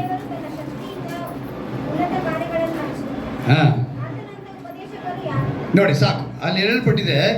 ಅಂದರೆ ఆలోచించుము, దేవుడు శక్తివంతుడై మనతో వహించిన వాడు ఆయనను, వాడు పోలిన బోధకుడు ఎవడు, ಆತನಂಥ ಉಪದೇಶಕನು ಯಾರು? ಈಗ ಆತನ ಉಪದೇಶ ಇಲ್ಲ ಅಂತ ಹೇಳಿದ್ರೆ ನಾವು ಯೋಚನೆ ಮಾಡಿ, ಆತನಂಥ ಉಪದೇಶಕರು ಯಾರಿದ್ದಾರೆ? ಯೇಸು ಕ್ರಿಸ್ತನ ಬೋಧನೆಯಿಂದ ಯಾರಾದರೂ ತಪ್ಪಿದೋಗಿದ್ದಾರಾ? ದಾರಿ ತಪ್ಪಿದಾರಾ? ಇಲ್ಲ. ರಬ್ಬಿ ಅಂತ ಕರೆದ್ರು, ಅವ್ರನ್ನ ರಬ್ಬೂನಿ ಅಂತ ಕರೆದ್ರು. ಏನಕ್ಕೆ? ಗುರು ಅಂತೇಳಿ. ನಾವು ಕಳೆದ ದಿವಸದಲ್ಲಿ ಕೂಡ ಧರ್ಮಶಾಸ್ತ್ರ ತಿಳಿಸುವವ್ರನ್ನ ರಬ್ಬೂನಿ ಅಂತೇಳಿ ಕರೆಯೋರು, ರಬ್ಬಿ ಅಂತ ಕರೆಯೋರು, ರಬಾಯ್ ಅಂತ ಕರೆಯೋರು, ರಬ್ಬೂನಿ, ರಬ್ಬಿ ಅಂದರೆ ಗುರು ಅಂತ ಅರ್ಥ. ಅಂದರೆ ಅವನ್ನ ಕರಿತಾ ಇದ್ರು. ಪ್ರವಾದಿಗಳು ಏನು ಹೇಳ್ತಾ ಇದ್ರು ಅಂತ ಹೇಳಿದ್ರೆ ಅವರೆಲ್ಲ ಧರ್ಮಶಾಸ್ತ್ರದಲ್ಲಿ ಇರುವಂಥ ವಿಷಯಗಳನ್ನ ಹೇಳ್ತಾ ಇದ್ರು. ಆದರೆ ಯೇಸು ಏನು ಹೇಳಿದ್ರು ಗೊತ್ತಾ? ನಾನು ನಿಮಗೆ ಹೇಳುವುದೇನೆಂದರೆ, ಅವ್ರೇನು ಹೇಳ್ತಾ ಇದ್ರು? ನಾನು ನಿಮಗೆ ಹೇಳುವುದೇನೆಂದರೆ, ನಾನು ಅಂತ ಹೇಳಿದ್ರು. ಅಂದರೆ ಅಧಿಕಾರದ ಮಾತು ಅವ್ರ ಹತ್ರ ಹೊರಗೆ ಬಂತು. ಅಧಿಕಾರದಿಂದ ಅವ್ರು ಹೇಳಿದ್ರು. ನೀವು ಲೂಕನ ಬರೋ ಸುವಾರ್ತೆ 4ನೇ ಅಧ್ಯಾಯದಲ್ಲಿ ಒಂದು ಅದ್ಭುತವಾದ ಅಧಿಕಾರದ ಮಾತುಗಳಲ್ಲಿ ಬರೆಸಿದ್ದಾರೆ ನೋಡಿ. ಲೂಕನ ಬರೋ ಸುವಾರ್ತೆ 4ನೇ ಅಧ್ಯಾಯ ಅಲ್ಲಿ 21ನೇ ವಾಕ್ಯವನ್ನು ನಾವು ಗಮನಿಸುವಾಗ ಒಂದು ಅದ್ಭುತವಾದ ಮಾತು ಬರೆಯಲ್ಪಟ್ಟಿದೆ ನೋಡಿ. ಹೇಳ್ತಾರೆ, ಇವತ್ತು ನೀವು ನನ್ನ ಮಾತು, ಅಂದರೆ ದೇವರು ನಾನು ಅಂತ ಹೇಳ್ತಾರೆ. ಅಧಿಕಾರದ ಮಾತನ್ನು ಹೇಳ್ತಾರೆ. ಹೇಳಿ. ನೆರವೇರಿದೆ ಎಂದು ಹೇಳುತ್ತಿರುವಾಗಲೇ ಎಲ್ಲರೂ ಆತನ ಹತ್ರ ಬಂದರು. ಅಂದರೆ ಈ ಹೊತ್ತು ನನ್ನ ಮಾತನ್ನು ಕೇಳಿ. ಅಂದರೆ ಎಷ್ಟು ಅದ್ಭುತವಾಗಿ 22ನೇ ವಾಕ್ಯ ನೋಡುವಾಗ, ಆತನನ್ನು ಹೊಗಳಿ ಆತನ ಬಾಯಿಂದ ಹೊರಡುವ ಇಂಪಾದ ಮಾತುಗಳಿಗೆ ಆಶ್ಚರ್ಯಪಟ್ಟು, ಏನಂತೆ? ಆಶ್ಚರ್ಯಪಟ್ಟರು. ದೇವರ ಬಾಯಿಂದ ಯೇಸು ಭೂಮಿ ಮೇಲಿದ್ದಾಗ ಅವರ ಮಾತುಗಳು ಉಪದೇಶಗಳನ್ನು ಕೇಳುವಾಗ ಅನೇಕರು ಆಶ್ಚರ್ಯಪಟ್ಟರು ಅಂತೇಳಿ ಬರೆಯಲ್ಪಟ್ಟಿದೆ. ಅದೇ ಅಧ್ಯಾಯದಲ್ಲಿ 31ನೇ ವಾಕ್ಯವನ್ನು ಗಮನಿಸುವಾಗ ಆತನು ಗಟ್ಟ ಹಿಡಿದು ಗಲಿಲಾಯಕ್ಕೆ ಸೇರಿದ ಕೆಫೆರ್ನೌಮ್ ಊರಿಗೆ ಬಂದರು. ಅಲ್ಲಿ ಸಬ್ಬತ್ ದಿನದಲ್ಲಿ ಅವರಿಗೆ ಉಪದೇಶ ಮಾಡುತ್ತಿರಲು ಆತನ ಮಾತು ಅಧಿಕಾರವುಳ್ಳದಾಗಿದ್ದರಿಂದ, ಏನಂತೆ, ಅಧಿಕಾರವುಳ್ಳದಾಗಿತ್ತು. ಇವರು ಧರ್ಮಶಾಸ್ತ್ರದ ಪ್ರಕಾರ ಇಂಥ ಯಜ್ಞವನ್ನು ಅರ್ಪಿಸಿ ಇಂಥ ಬಲಿಗಳನ್ನ ಕೊಡಿ ನಿಮ್ಮ ಪಾಪ ಪರಿಹಾರ ಅಂತ ಹೇಳಿದರು. ಆದರೆ ಇಲ್ಲಿ ಅಧಿಕಾರದಿಂದ ಮಾತನಾಡ್ತಾ ಇದ್ರು ದೇವರು. ಅಧಿಕಾರದಿಂದ ಮಾತಾಡಿದ ಆತನ ಉಪದೇಶಕ್ಕೆ ಅತ್ಯಾಶ್ಚರ್ಯಪಟ್ಟರು. ಅವರೆಲ್ಲ ಏನು ಮಾಡ್ರು? ಅತ್ಯಾಶ್ಚರ್ಯಪಟ್ಟರು. 2ನೇ ಅಧ್ಯಾಯ ಬನ್ನಿ. 2ನೇ ಅಧ್ಯಾಯದಲ್ಲಿ ಇನ್ನೊಂದು ಅದ್ಭುತವಾದ ಮಾತು ಬರೆಯಲ್ಪಟ್ಟಿದೆ. 47ನೇ ವಾಕ್ಯದಲ್ಲಿ ಅಲ್ಲಿ ಕೂಡ ಒಂದು ಅದ್ಭುತವಾದ ಮಾತು ಬರೆಯಲ್ಪಟ್ಟಿದೆ. ಆತನು ಆಡಿದ ಮಾತುಗಳನ್ನು ಕೇಳಿದವರೆಲ್ಲರೂ ಆತನ ಬುದ್ಧಿಗೂ ಉತ್ತರಗಳಿಗೂ ಆಶ್ಚರ್ಯಪಟ್ಟರು. 12 ವಯಸ್ಸಿಗೆ ಹೋದ್ರು. ಎಲ್ಲಿ? ಆಲಯಕ್ಕೆ. ಅಲ್ಲೋಗಿ ಉಪದೇಶ ಮಾಡ್ತಿದ್ರು. ಫರಿಸಾಯರ ಮುಂದೆ, ಸದ್ದುಕಾಯರ ಮುಂದೆ, ಅವರ ಮುಂದೆ ಉಪದೇಶ ಮಾಡಿದ್ರು. 12 ವಯಸ್ಸಿಗೆ. ಸತ್ಯದಲ್ಲಿ ಬರೆಯಲ್ಪಟ್ಟಿದ ಆಧಾರಗಳು ಅಂದರೆ ಇವತ್ತು ಯೇಸು ಕ್ರಿಸ್ತನ ಆ ಬೋಧನೆಗೆ ಯಾರೂ ದಾರಿ ತಪ್ಪಿದವರು ಇಲ್ಲ. ಕುಟುಂಬ ಎಂದು ಹೇಳಿ ಒಂದೊಂದು ಹೇಳ್ತೀನಿ, ನಿನ್ನಂತೆಯೇ ಪ್ರೀತಿಸು ಅಂತ ಹೇಳಿದ್ರು. ಅವರು ಅದನ್ನೇ ಮಾಡಿ ತೋರಿಸಿದ್ರು. ಹೇಗೆ? ನಮಗೋಸ್ಕರ ಪ್ರಾಣತ್ಯಾಗನೇ ಮಾಡಿದ್ರು. ಅದನ್ನೇ ನಮಗೆ ಈ ತಿಂಗಳು ವಾಗ್ದಾನ ಮಾಡಿದವರು. ನೀವು ನನ್ನ ಆಜ್ಞೆಗಳಿಗೆ ಸರಿಯಾಗಿ ನಡೆದರೆ ನೀವು ನನ್ನ ಸ್ನೇಹಿತರು. ಸ್ನೇಹಿತನಿಗೋಸ್ಕರ ಪ್ರಾಣ ಕೊಡೋದಕ್ಕಿಂತ ಇನ್ನೂ ಹೆಚ್ಚಿನವನು ಯಾರಿದ್ದಾರೆ? ಅದೇ ಅಧ್ಯಾಯದಲ್ಲಿ ನಾವು ನೋಡ್ತೀವಿ. ಈ ತಿಂಗಳು ಪೂರ್ತಿಯಾಗಿ ಆ ವಾಕ್ಯಗಳೊಂದಿಗೆ ನಮ್ಮನ್ನು ದೇವರು ಮಾತನಾಡ್ಕೊಂಡು ಬರ್ತಿದ್ದಾರೆ. ಅವರ ಆಜ್ಞೆಗಳು ಸರಿಯಾಗಿ ನಡಿಬೇಕು, ಆ ಉಪದೇಶವನ್ನು ಕೇಳಬೇಕು. ಖಂಡಿತವಾಗಿ ದೇವರೇನು ಮಾಡ್ತಾರೆ? ನಮ್ಮನ್ನು ಆಶೀರ್ವಾದ ನೆಲೆಗೆ ಅಂದರೆ ನಮ್ಮ ದೇವರ ಹೆಸರನ್ನ ಹೇಳದೆ ಹೋದರೆ ಮರಣ ಅಂತೇಳಿ ಇವತ್ತು ಭೂಮಿ ಹೇಳುತ್ತೆ. ಅವರ ಹೆಸರುಗಳು ಅನೇಕ ದೇವರು, ಅದ ಹೆಸರುಗಳು ನಾವು ಬೇಡ. ನಮ್ಮ ದೇವರ ಹೆಸರು ನೀವು ಹೇಳಿಲ್ಲ ಅಂದರೆ ನಿಮಗೆ ಮರಣ, ಅಂದರೆ ಕೊಲ್ತೀವಿ, ಹೊಡಿತೀವಿ, ಬಡಿತೀವಿ ಅಂತಾರೆ. ಆದರೆ ಕ್ರೈಸ್ತರು ಯಾವತ್ತನ್ನ ಹೇಳಿದಾರ? ಯೇಸು ಎಂಬ ಹೆಸರು ಹೇಳಿಲ್ಲ ಅಂದರೆ ನಿಮ್ಮನ್ನು ಕೊಲ್ತೀವಿ ಅಂತ ಯಾವತ್ತೂ ಹೇಳಿಲ್ಲ. ಅವರೇನು ಹೇಳ್ತಾರೆ? ಎಲ್ಲರನ್ನು ಪ್ರೀತಿ ಮಾಡ್ತಾರೆ. ಇವತ್ತು ಉಪದೇಶ ಮಹಾಶಕ್ತಿ ಉನ್ನತವಾದದ್ದು ಎಂಬುದನ್ನು ಅನೇಕರು ಗ್ರಹಿಸ್ತಿಲ್ಲ. ಅದಕ್ಕೇ ಯೋಬನಿಗೆ ಅವನ ಫ್ರೆಂಡ್ಸ್ಗೆ ಗೊತ್ತಾಗೋ ಥರ ಎಲಿಗೂ ಹೇಳ್ತಾನೆ, ಆತನ ಮಹಾಶಕ್ತಿ ಉಳ್ಳವನು ಅಂತ ಹೇಳ್ದ. ಆತನಂತ ಉಪದೇಶಕನು ಯಾರಿದ್ದಾರೆ? ಆಲೋಚನೆ ಮಾಡಿ, ಈಗೋ ಸ್ವಲ್ಪ ಯೋಚನೆ ಮಾಡಿ, ನಿಲ್ಲು, ನೋಡು ಅಂತ ಹೇಳ್ತಾನೆ ಎಲಿಗೂ. ಏನಕ್ಕೋಸ್ಕರ? ನಾನು ಇದೇ ಸೂಲಿ ಬೆಲೆಗೆ ಬಂದಾಗ ಒಬ್ಬ ವ್ಯಕ್ತಿ ಜನತಾ ಕಾಲೋನಿ ಬ್ರಿಡ್ಜ್ ಮೇಲೆ ಆ ಮೋರಿಗೆ ಮತ್ತು ಕಟ್ಟೆ ಥರ ಇತ್ತು, ಅಲ್ಲೇ ಕೂತ್ಕೊಳ್ಳೋರು. ಮನೆಗೆ ಬರ್ತಾ ಇರಲಿಲ್ಲ ನಾವು ಪ್ರೇಯರ್ ನಡೆಸೋವಾಗ. ಇವತ್ತು ನನಗೆ ಅಸಿಸ್ಟೆಂಟ್ ಪಾಸ್ಟರ್ ಆಗಿ ಕುಳಿತಿದ್ದಾರೆ. ನಾನು ಬದಲಾಯಿಸಿದೆ. ಯಾರು ಬದಲಾಯಿಸಿದ್ದು? ದೇವರ ವಾಕ್ಯ.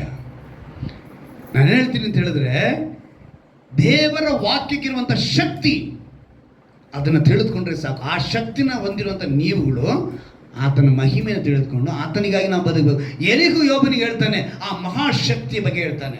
ಆತನದು ಉಪದೇಶ ಯಾರಂದರೆ, ಇಂದು ನೀವೆಲ್ಲ ಆತನ ಮಹಾಶಕ್ತಿಯನ್ನು ತಿಳಿದವರಾಗಿರಬೇಕು ಅಲ್ವಾ? ಸೊ ಈ ಶಕ್ತಿ ತಿಳಿದವರಾಗಿ ನಾವು ಮೊಣಕಾಲಾಕಿ ಆ ಶಕ್ತಿಯಲ್ಲಿ ನೆಲೆಗೊಳ್ಳುವಂತೆ ನಮ್ಮನ್ನು ನಡೆಸುವಂತ ಎಪ್ಪಿಸ್ಕೊಡೋಣವಾ? ಯೋಬನ ಪುಸ್ತಕದ ಮೂಲಕ ನಾವೊಂದು ಒಳ್ಳೆಯ ಅಂಶವನ್ನು ತಿಳಿದುಕೊಂಡ್ವಿ.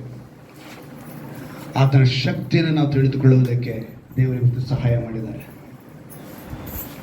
ಯಾರೆಲ್ಲ ಆತನ ಶಕ್ತಿಯನ್ನು ತಿಳಿದವರಾಗಿರ್ತಾರೋ ಖಂಡಿತವಾಗಲೂ ಅದು ದೇವರ ಆಶೀರ್ವಾದನ ಹೆಚ್ಚಿಗೆ ಪಡೆದುಕೊಳ್ಳುವರಾಗಿದ್ದಾರೆ.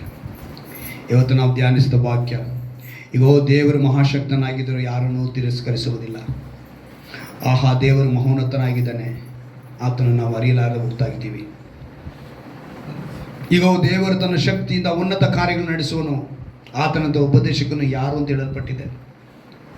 ಇಂದು ನೀವೆಲ್ಲ ಆತನ ಮಹಾಶಕ್ತಿಯುಳ್ಳ ದೇವರಂತ, ಆತನಂತ ಉಪದೇಶಕನು ಯಾರಿಲ್ಲ ಅಂತೆಂದು ತಿಳಿದುಕೊಳ್ಳುವಾಗ ಆತನನ್ನು ಆಶ್ರಯಿಸಿಕೊಂಡವರಾಗಿರಬೇಕು, ನಂಬಿಕೆಯುಳ್ಳವರಾಗಿರಬೇಕು, ನಮ್ಮ ಬದುಕನ್ನು ಕಟ್ಟಿಕೊಳ್ಳುವವನಾಗಿರಬೇಕು, ನಾವು ಚಿಂತಿಸುವವರಾಗಿ ಕಾಣಲ್ಪಡಬೇಕು, ನಿಂತು ಯೋಚಿಸಬೇಕು ಆತನ ಶಕ್ತಿ ಎಂತಹದು. ಅದನ್ನೇ ಬಿಹೋಲ್ಡ್ ಹೆನ್ ಎಂಬ ಪದ ಯಾಕೆ ಅಂತ ಹೇಳಿದ್ರೆ, ನಾವು ಯೋಚಿಸಬೇಕು, ಚಿಂತಿಸಬೇಕು, ಬದುಕು ದೇವರೊಂದಿಗೆ ಕಟ್ಟಿಕೊಂಡವರಾಗಿರಬೇಕು. ಆತನಿಲ್ಲದೆ ನಮಗೆ ಬದುಕು ಇಲ್ಲ ಎಂದು ತಿಳಿದವರಾಗಿರಬೇಕು, ನಮ್ಮನ್ನು ಒಪ್ಪಿಸಿಕೊಡುವವರಾಗಿರಬೇಕು. ಈ ಅನುಭವದಲ್ಲಿ ನಮ್ಮನ್ನು ನಡೆಸುವಂದೇಳಿ ಒಪ್ಪಿಸಿಕೊಡ್ತೀರಾ? ಎಸಯ್ಯ, ಯಾರ್ಯಾರು ಈ ಸಮಯದಲ್ಲಿ ಒಪ್ಪಿಸಿಕೊಡುವವರಾಗಿದ್ದಾರೋ ಅವರೆಲ್ಲರನ್ನು ಕೂಡ ಈ ವಾಕ್ಯದಂತೆ ನಡೆಸಿಕೊಡ್ತಾನೆ. ಕೇಳಿದ ವಾಕ್ಯಕ್ಕೆ ಒಪ್ಪಿಸಿಕೊಟ್ಟವರಾಗಿ ಬಲಪಡಿಸು ರಾಜ. ಎಲಿಗೂ ಅವತ್ತು ಕರ್ತನೆ ಯೋಬನಿಗೆ ಯಾವ ರೀತಿಯಾಗಿ ತಿಳಿಯಪಡಿಸಿ ಆ ವಾಕ್ಯದಂತೆ ಕರ್ತನೆ ಅವನಿಗೆ ಎಚ್ಚರಿಕೆ ಪಡಿಸಿದನು, ಇವತ್ತು ನಾವು ಎಚ್ಚರಿಕೆ ಪಡುವವರಾಗಿದ್ದೇವಪ್ಪ. ಕರ್ತನೆ, ಕಷ್ಟಾನುಭವವಿಲ್ಲದೆ ನಿನ್ನ ಐಶ್ವರ್ಯವು ಧನ ಸಾಮರ್ಥ್ಯವು ಈಡಾದವೆ. ನಾವು ಕಷ್ಟಪಡಬೇಕು, ನಿನ್ನೊಂದಿಗೆ ನಾವು ಬೆರೆಯಬೇಕು, ನಿನ್ನೊಂದಿಗೆ ನಾವು ವಾಸ ಮಾಡಬೇಕು. ಕರ್ತನೆ, ನಾವು ಈ ದಿವಸದಲ್ಲಿ ಕೇಳಿದ ವಾಕ್ಯಕ್ಕೆ ಒಪ್ಪಿಸಿಕೊಟ್ಟವರಾಗಿ ಬದುಕುವಂತೆ ಕೃಪೆ ಮಾಡಬೇಕು ಅಂತ ಪ್ರಾರ್ಥಿಸ್ತೇನೆ ರಾಜ. ಯಾರ್ಯಾರು ಒಪ್ಪಿಸಿಕೊಡುತ್ತಾರೋ ಅವರೆಲ್ಲರೂ ನಿನ್ನ ವಾಕ್ಯದಲ್ಲಿ ನೆಲೆಗೊಂಡಿರುವಂಥ ಕೃಪೆ ಮಾಡಿ, ವಾಕ್ಯಕ್ಕೆ ಒಪ್ಪಿಸಿಕೊಂಡವರಾಗಿ ಬದುಕುವಂತೆ ಮಾಡಿ. ಈ ವಾಕ್ಯದ ಆಶೀರ್ವಾದ ಯೇಸು ಕ್ರಿಸ್ತನ ನಾಮದಲ್ಲಿ ನಾನು ಪ್ರಾರ್ಥಿಸ್ತೇನೆ. ಬಿಡದ ಕೃಪೆಯಿಂದ ತುಂಬಿಸು. ನಮ್ಮ ರಕ್ಷಕನು ವಿಮೋಚಕನಾಗಿರುವ ಯೇಸು ಕ್ರಿಸ್ತನ ನಾಮದಲ್ಲಿ ಪ್ರಾರ್ಥಿಸಿ ಬೇಡುವಂತೆ ನನ್ನ ಜೀವನ ತಂದೆಯೇ, ಆಮೇಲೆ. ಅವರೆಲ್ಲರಿದ್ದು